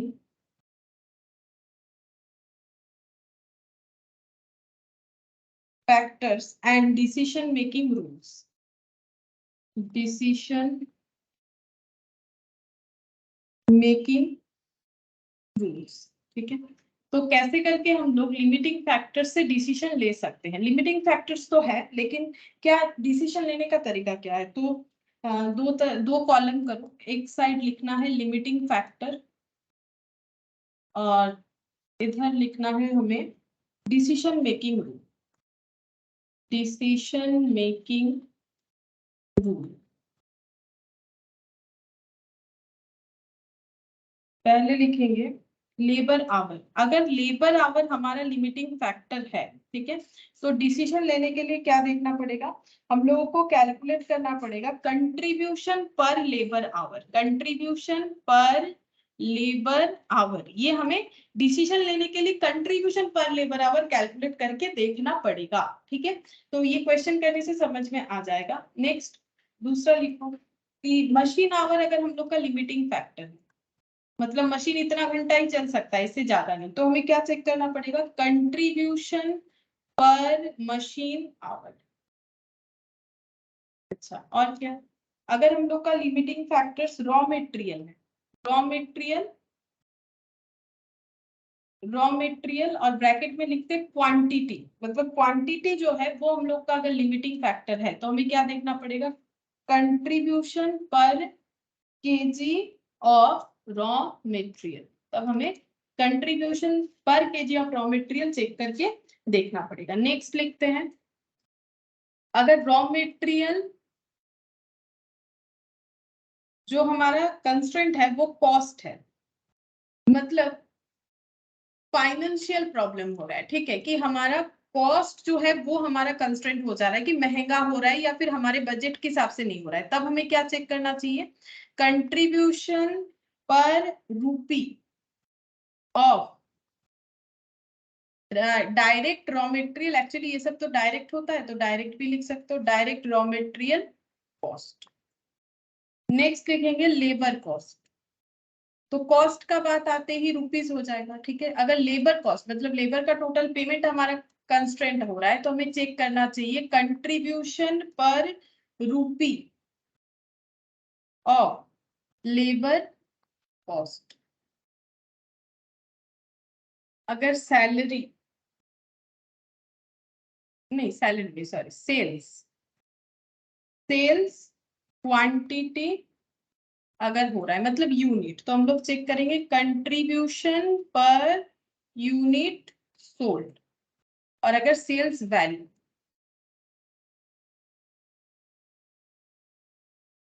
मतलब रुपीस, ठीक है।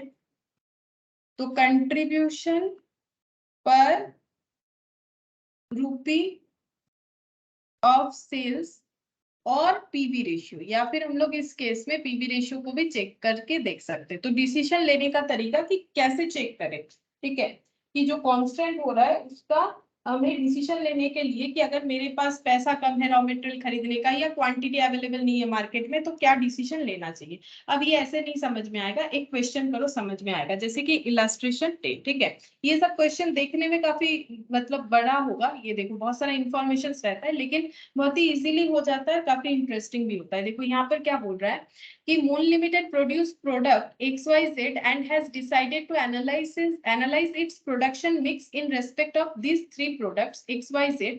अब मिक्स मतलब कौन सा product कितना बनेगा, तो इन्होंने ये डिसाइड किया है कि XYZ 3 प्रोडक्ट ये लोग बना रहे हैं, जिसपे डायरेक्ट मटेरियल लगता है 1 यूनिट का, X के लिए 160, Y के लिए 120, Z के लिए 80, वेरिएबल ओवरहेड लगता है 8, 20, 12, डायरेक्ट लेबर।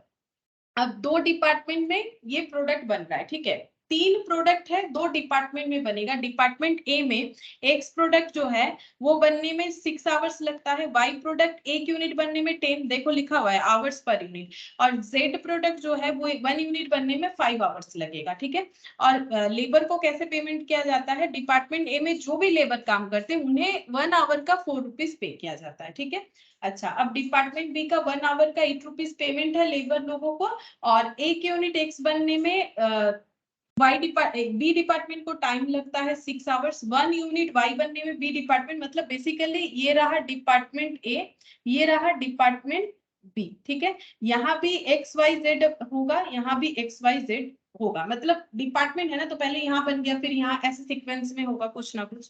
अच्छा, फिर यहाँ पर डिपार्टमेंट बी और डिपार्टमेंट सी का भी दोनों प्रोडक्ट बनाने का टाइम दे दिया। जैसे यहाँ पर डिपार्टमेंट ए में एक्स प्रोडक्ट बनने में 1 यूनिट बनने में टाइम लगता है 6 आवर्स, ठीक है। वाई को लगता है 10 आवर्स, ठीक है। जेड को लगता है 5 आवर्स, ऐसा इंफॉर्मेशन दिया। फिर यहाँ पर बोल रहा है from the current budget further details are as below, ठीक है। तो उसके बाद कुछ और भी बजटेड डिटेल्स हमें दे रखा है। एनुअल प्रोडक्शन एट प्रेजेंट, अभी करेंटली जो प्रोडक्शन चल रहा है X 10,000, Y 12,000, Z 20,000। Estimated selling price जो है डिसाइडेड ये इतना इतना है। Sales department estimated of possible sales in coming year, अब ये लोग सोच रहे हैं कि आगे जाके, अभी तो 10,000 बेच रहे हैं, आगे जाके एक्स 12,000 बेचेंगे, वाई जो 12,000 बिक रहा है वो आगे 16,000 बेचेंगे और 20 को 24 करेंगे, ऐसा इनका सोच है, ठीक है। अब देखो क्या बोल रहे हैं, देयर इज अ कॉन्स्ट्रेंट्स, तो एक जो है कंस्ट्रेंट्स आ गया इनके बिजनेस में on supply of labour in department A. तो डिपार्टमेंट ए में जिस तरीके के लेबर काम करते हैं इसका मार्केट में कंस्ट्रेंट दिख रहा है, ठीक है। and its manpower cannot be increased beyond its present level। अब ये मार्केट में लेबर का प्रॉब्लम नहीं है फिर, ठीक है। क्या बोल रहा है, in man power can not be increase beyond it's present level. Presently इन्होंने जितना टाइम डिवोट कर रहे हैं प्रोडक्ट को बनाने के लिए, इससे ज्यादा ये टाइम नहीं डिवोट कर पाएंगे, मतलब लेबर आवर का प्रॉब्लम है, ठीक है। लेबर आवर का प्रॉब्लम है, ठीक है। अब हमें क्या बोला है, यहाँ पर बोल रहा है identify the best possible mix, best possible mix of moon limited. ऐसे सिचुएशन में ये जो कंपनी है इनको कौन सा प्रोडक्ट कितना बनाना चाहिए। प्रोडक्ट मिक्स का मतलब यही कि XYZ जो इन्होंने सोच रखा है 12,000, 16,000, 24,000 फ्यूचर में प्रोड्यूस करके सेल करेंगे, क्या इनका सोचना सही है। ये कंस्ट्रेंट को लेके क्या ये इतने इतने क्वांटिटी बनाएंगे तो इनको बेनिफिट होगा, ये हमें बताना है। दूसरा, calculate the total contribution from the best possible product mix, ठीक है। हमें बेस्ट पॉसिबल प्रोडक्ट मिक्स भी बताना है और उससे कंट्रीब्यूशन भी बताना है। तो इस तरीके का क्वेश्चन कैसे करना चाहिए, तो सबसे पहले हमें इस तरीके के हर एक क्वेश्चन में हमें क्या निकालना पड़ेगा, कंट्रीब्यूशन, ठीक है। अब कंट्रीब्यूशन को हम लोग उसके बाद में या तो लेबर आवर पे डिवाइड करेंगे, अगर कांस्टेंट लेबर आवर है, जैसे मेरा ये वाला क्वेश्चन लेबर आवर से ही रिलेटेड है, तो मुझे पहले कंट्रीब्यूशन निकालना पड़ेगा हर एक प्रोडक्ट का। तो ऐसे क्वेश्चन में स्टार्टिंग में हमारा काम होगा कंट्रीब्यूशन का कैलकुलेट करना। तो हम लोग यहाँ पर कंट्रीब्यूशन कैलकुलेट करेंगे। तो ये रहा 3 प्रोडक्ट एक्स, वाई और जेड। यहाँ पर कंट्रीब्यूशन कैसे निकलता है, सेल से वेरिएबल कॉस्ट लेस कर दो, तो यहाँ पर लिखेंगे सेलिंग प्राइस। तो तीनों प्रोडक्ट का सेलिंग प्राइस देखो, सेलिंग प्राइस कितना है 312, 400 और 240। 312, 400 और 240, ठीक है, ये हम लोग का क्या है, सेलिंग प्राइस है। अब हम लोग को अगर कंट्रीब्यूशन निकालना है तो लेस करना पड़ेगा वेरिएबल कॉस्ट, ठीक है। अब ये प्रोडक्ट बनने में वेरिएबल कॉस्ट कौन कौन सा लग रहा है, वेरिएबल कॉस्ट हम लोग का लग रहा है डायरेक्ट मटेरियल, ये ऊपर दिया हुआ था, डायरेक्ट मटेरियल है 160, 120, 80, 160, 120 और 80, ठीक है। और वेरिएबल कॉस्ट क्या है देखते हैं, वेरिएबल ओवरहेड है, वेरिएबल ओवरहेड, तो ये भी वेरिएबल है, तो यहाँ आएगा 820, 12 पर यूनिट है, तो ये सब पर यूनिट ही लिख रहे हैं, 820 और यहाँ पर हो जाएगा 12, ठीक है। और क्या वेरिएबल खर्चा है, लेबर का पेमेंट, तो डायरेक्ट लेबर, ठीक है। अब डायरेक्ट लेबर का दो केस होगा, एक डिपार्टमेंट ए का और एक डिपार्टमेंट बी का, ठीक है। तो डिपार्टमेंट ए में कितना खर्चा होता है, डिपार्टमेंट ए में जो भी वर्कर काम करते हैं उन्हें 1 आवर के लिए 4 रुपीज पेमेंट किया जाता है। तो एक यूनिट अगर जो बना रहे हैं, एक यूनिट बनाने में 6 आवर्स लगता है, एक का देखो डिपार्टमेंट ए में एक यूनिट एक्स बनाने में टाइम लगता है 6 आवर्स, तो एक यूनिट का 4 रुपीज, तो 6 आवर्स का सॉरी हाँ 6 आवर्स का 4 into 6 यानी कि 24 रुपीज, ठीक है। तो यहाँ पर हो जाएगा 24। फिर देखो 4 into 10 40 रुपीज, अच्छा फिर 4 रुपीज करके 5 आवर्स यानी कि 20 रुपीज। अच्छा इसके बाद 8 रुपीज करके 6 आवर्स 48, 8 रुपीज करके 15 आवर्स, 8 रुपीज इंटू 15 कितना हो जाएगा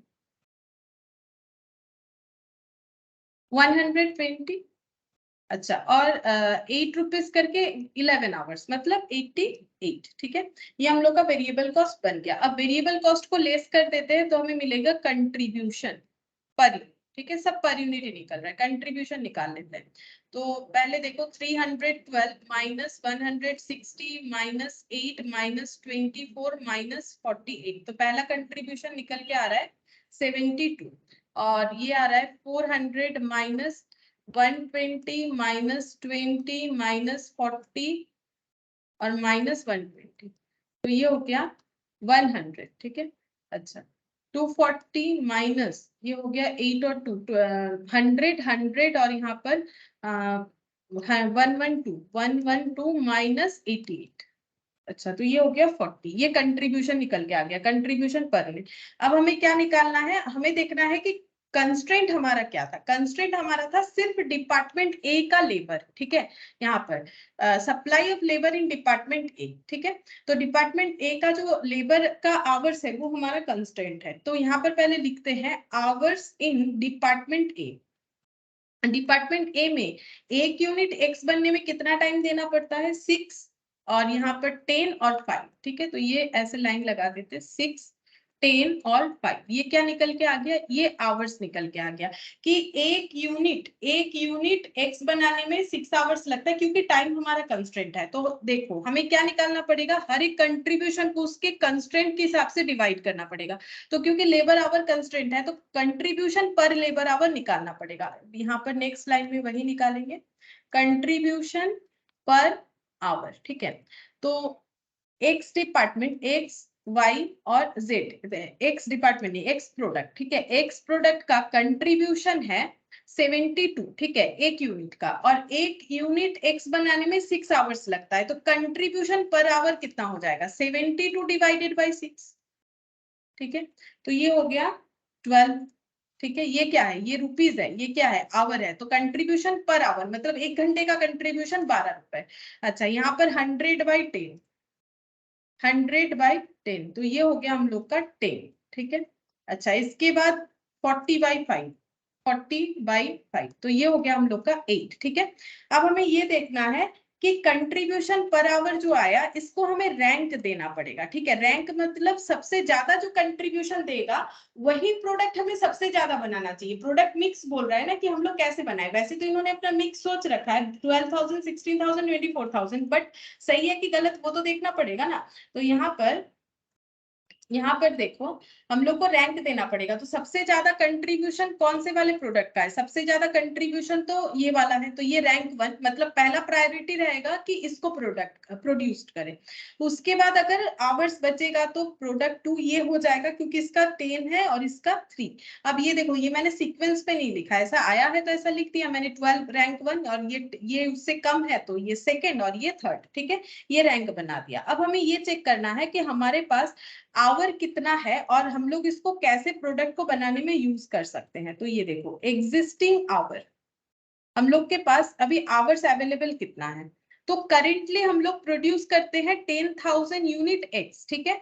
अब करेंटली अगर 10,000 यूनिट एक्स प्रोड्यूस करते हैं और हमें ये पता है कि 1 यूनिट एक्स बनाने में डिपार्टमेंट ए को टाइम लगता है 6 आवर्स, तो ये इंटू 6, इतना टाइम तो हम लोग यूज कर ही रहे हैं, ठीक है। अभी हम लोग जो टाइम यूज करके ये प्रोडक्शन कर रहे हैं, इतना प्रोडक्शन जो कर रहे हैं, ये कितना है वो देखेंगे, ठीक है, क्योंकि ये प्रोड्यूस कर रहे हैं तभी हमारा कंस्ट्रेंट आ रहा है, मतलब अगर हम लोग अपना प्रोडक्शन बढ़ा रहे हैं तो अभी करेंटली कितना टाइम हम लोग लेते हैं। तो 12,000 यूनिट अगर वाई बनता है, 1 यूनिट वाई बनने में एक्स डिपार्टमेंट में 10 घंटा लगता है, ठीक है, तो इंटू 10। और यहाँ पर देखो 20,000 अगर जेड प्रोड्यूस्ड कर रहे हैं करेंटली, 1 यूनिट जेड बनाने में 5 आवर्स लगता है डिपार्टमेंट। अब सिर्फ डिपार्टमेंट इसीलिए ले रहे हैं क्योंकि कंस्ट्रेंट वहां है, ठीक है। अच्छा, अब यहाँ पर टोटल करते हैं, तो ये हो गया 60,000 प्लस 1,20,000 प्लस 1 लाख, 2,80,000, ठीक है। ये हम लोग का एग्जिस्टिंग आवर्स है, इतना आवर्स हमारे पास अवेलेबल है, ठीक है। अच्छा, अब बेस्ट पॉसिबल मिक्स क्या हो सकता है? Best possible product mix, allocation of hours on the basis of ranking, on the basis of ranking। हम लोग के पास ना मैक्सिमम यही आवर्स अवेलेबल है, इससे ज्यादा नहीं है। क्यों? क्योंकि क्वेश्चन हमें बता दिया है can't be increased beyond its present level hours, ठीक है। तो प्रेजेंट लेवल पे जितने आवर्स यूज हो रहे हैं उससे ज्यादा हम लोग अपना टाइम नहीं बढ़ा सकते, ठीक है। तो हम लोग जितना भी प्रोड्यूस क्यों ना करना चाहे, हमारे पास आवर्स तो बस इतना ही अवेलेबल होगा डिपार्टमेंट ए के केस में, ठीक है। अच्छा, अब हम लोग रैंकिंग के हिसाब से प्रोडक्ट बनाएंगे, जो प्रोडक्ट हमें सबसे ज्यादा कंट्रीब्यूशन पर आवर देगा वही प्रोडक्ट हम लोग सबसे ज्यादा बनाएंगे। जैसे कि एक्स प्रोडक्ट का दिख रहा है, तो पहला प्रायोरिटी है कि अवेलेबल टाइम में हम लोग एक्स प्रोडक्ट बनाने का कोशिश करेंगे। तो प्रोडक्ट एक्स का कैसे हम लोग आइडेंटिफाई करें? देखो प्रोडक्ट एक्स, ठीक है। अच्छा, ये कितना यूनिट डिमांड है करेंटली? 12,000 की हम लोग सोच रहे हैं कि 12,000 यूनिट बनाएंगे, ठीक है। 12,000 यूनिट ये हम लोग सोच रहे हैं कि इतना हम लोग बनाएंगे। अच्छा, अब इसके लिए आवर्स रिक्वायर्ड कितना होगा? आवर्स रिक्वायर्ड होगा 12,000 इंटू 1 यूनिट बनाने के लिए कितना लगता है? 6 आवर्स, तो ये हो गया 6 आवर्स, तो ये हो जाएगा 72,000 आवर्स। हम लोग को एक्स का डिमांड जो हम लोग सोच रहे हैं कि प्रेजेंटली हम लोग 12,000 बनाएंगे, सॉरी फ्यूचर में हम लोग 12,000 बनाएंगे, तो हमें 72,000 आवर्स का जरूरत होगा। और हमारा रैंकिंग कंट्रीब्यूशन का बोल रहा है कि पहला अच्छा खासा रैंक हमें एक्स प्रोडक्ट दे रहा है कंट्रीब्यूशन, तो यही हमें पहले जितना भी कंस्ट्रेंट क्यों ना हो टाइम का, हमें ऐसा मिक्स बनाना पड़ेगा ना प्रोडक्ट का जो हमें सबसे ज्यादा प्रॉफिट देगा। तो एक्स का कंट्रीब्यूशन सबसे ज्यादा है तो एक्स को ही पहला प्रायोरिटी मिलेगा, तो एक्स में 72,000 आवर्स यूज हो जाएगा।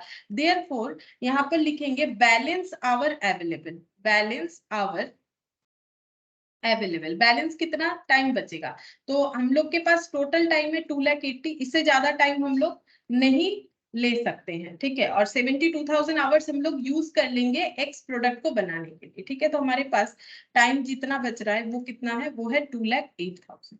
अब इसी टाइम के अंदर हमें नेक्स्ट प्रोडक्ट का सोचना है। Next highest ranking product Y है, तो वाई प्रोडक्ट बनाएंगे, ठीक है। तो अब वाई प्रोडक्ट देखते हैं, इसका हम लोग का कितना बनाने का सोचा गया है। तो वाई प्रोडक्ट बनाने का हम लोगों ने सोच रखा है 16,000 यूनिट, ठीक है। और इतना बनाने के लिए आवर्स कितना जरूरत होगा? आवर्स रिक्वायर्ड, और देखेंगे कि अवेलेबल है या नहीं उतना आवर्स। तो 16,000 यूनिट बनाने में कितना टाइम लगेगा? 10 आवर्स के हिसाब से पर यूनिट, तो ये हो जाएगा 1,60,000 आवर्स हमें चाहिए। क्या हमारे पास इतने आवर्स अवेलेबल है? हाँ है ना, 2,08,000 है। तो यहाँ पर लिखेंगे hours, balance hour available, balance hours available, तो y बन जाएगा जितना जरूरत है, और उसके बाद आवर्स बचेगा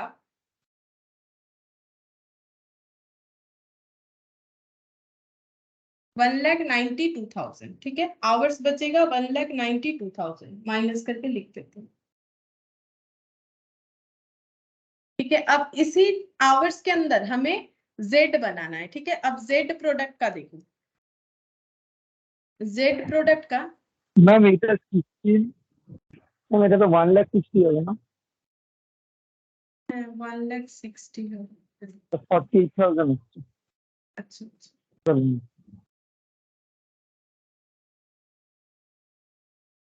ओके, 48,000 ही अवेलेबल आवर्स रह रहे हैं। ठीक है, अब इसी टाइम में हम लोग देखेंगे कि कितना जेड बन सकता है। वैसे हम लोगों ने सोच क्या रखा है, जेड 24,000 यूनिट बनाएंगे। ठीक है, और इतना यूनिट बनाने के लिए आवर्स रिक्वायर्ड कितना होगा, आवर्स रिक्वायर्ड हो जाएगा, ए डिपार्टमेंट बोल रहा है एक यूनिट बनाने में 5 आवर्स लगता है, तो 24,000 बनाने में कितना लगेगा, 24,000 इंटू 5, 1,20,000 आवर्स लगेगा। बट हमारे पास उतना आवर्स है नहीं, 48,000 आवर्स ही अवेलेबल है, तो कितना यूनिट बना सकते हैं। तो लिखेंगे कि यहाँ पर लिखते हैं जेड के लिए बैलेंस जो आवर है वही अवेलेबल है, तो जेड कैन बी प्रोड्यूस्ड, कितना कितना यूनिट बन सकता है, 48,000 आवर्स में कितना यूनिट बन सकता है। तो ये बोल रहा है कि 5 आवर्स में 1 यूनिट। ठीक है, 5 आवर्स में 1 यूनिट, तो 1 आवर में 1/5, तो 48,000 आवर्स में, ये आवर्स होगा, 48,000 आवर्स में कितना यूनिट बनेगा, तो 48,000 डिवाइडेड बाय 5, तो ये हो गया 9,600 यूनिट बनेगा। ठीक है, 24,000 नहीं बनेगा। तो ये जो यहाँ पर मिक्स आया वो कुछ इस तरीके से आया कि x तो जितना सोचा था उतना बन जाएगा अवेलेबल आवर में, y भी बन जाएगा, लेकिन z जो है 24,000 की जगह 9,600 बनेगा। तो z को ही क्यों हम लोगों ने सैक्रिफाइस करवाया, क्योंकि इसका रैंकिंग कंट्रीब्यूशन के हिसाब से सबसे कम था। तो हम लोगों ने जो कंट्रीब्यूशन प्रोडक्ट ज्यादा देगा सबसे पहले उसी को अवेलेबल आवर से जो है हम लोग अप्लाई करेंगे, क्योंकि हमारा कंसेप्ट क्या है कि हमारे पास जो भी अवेलेबिलिटी है उसे हमें ऑप्टिमम यूज करना है। ऑप्टिमम तरीके से यूज करने का मतलब है जिसमें हमें सबसे ज्यादा प्रॉफिट मिलेगा। ठीक है, ये बन गया, तो हमारा प्रोडक्ट मिक्स का डिसीजन जो है हमें पता चल गया क्या होगा। प्रोडक्ट मिक्स का डिसीजन ये इतना ही बनेगा, ये इतना बनेगा, ये 24,000 की जगह 9,600 यूनिट बनेगा। ठीक है, अच्छा, पहला आंसर हो गया। दूसरा हमें बोला है कि कैलकुलेट करके दिखाओ total contribution from the best possible product mix. तो ये कैसे होगा, यहाँ पर ऐसे लिख देते प्रोडक्ट एक्स वाई और जेड। एक्स कितना यूनिट बनेगा 12,000, अच्छा वाई कितना यूनिट बनेगा वाई 18,000, और जेड जो है 9,600। ठीक है, कंट्रीब्यूशन कितना आ रहा है, कंट्रीब्यूशन पर यूनिट कितना है, इसका है हम लोग का पर यूनिट पूछा है हमने। ठीक है, कंट्रीब्यूशन पर यूनिट, ये 16,000 और ये हो गया, ये 16 है, मैंने 18 लिख दिया, सॉरी,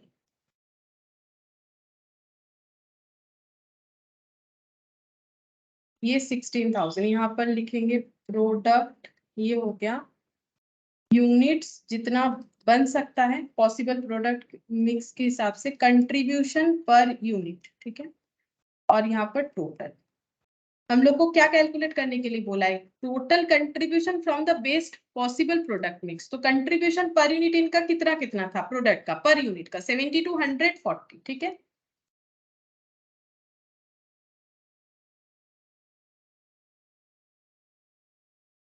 तो एक चीज देखो, वैसे तो वाई प्रोडक्ट सबसे ज्यादा कंट्रीब्यूशन दे रहा था, लेकिन हम लोगों ने एक्स को ही पहला प्रायोरिटी दिया। क्यों दिया, क्योंकि हमें कंस्ट्रेंट के हिसाब से अपना जो मतलब पॉसिबल यूटिलाइजेशन करना है। तो ये कंट्रीब्यूशन से कोई मतलब नहीं बनता, इसी कंट्रीब्यूशन को हमें कॉन्स्टेंट से पर कंट्रीब्यूशन में डिवाइड करना पड़ता है, उसके बाद हम लोग डिसीजन ले पाते हैं। और जब हम लोग टोटल कंट्रीब्यूशन दिखाएंगे तो जो ओरिजिनल कंट्रीब्यूशन पर यूनिट आता है उसी के हिसाब से दिखाना पड़ता है।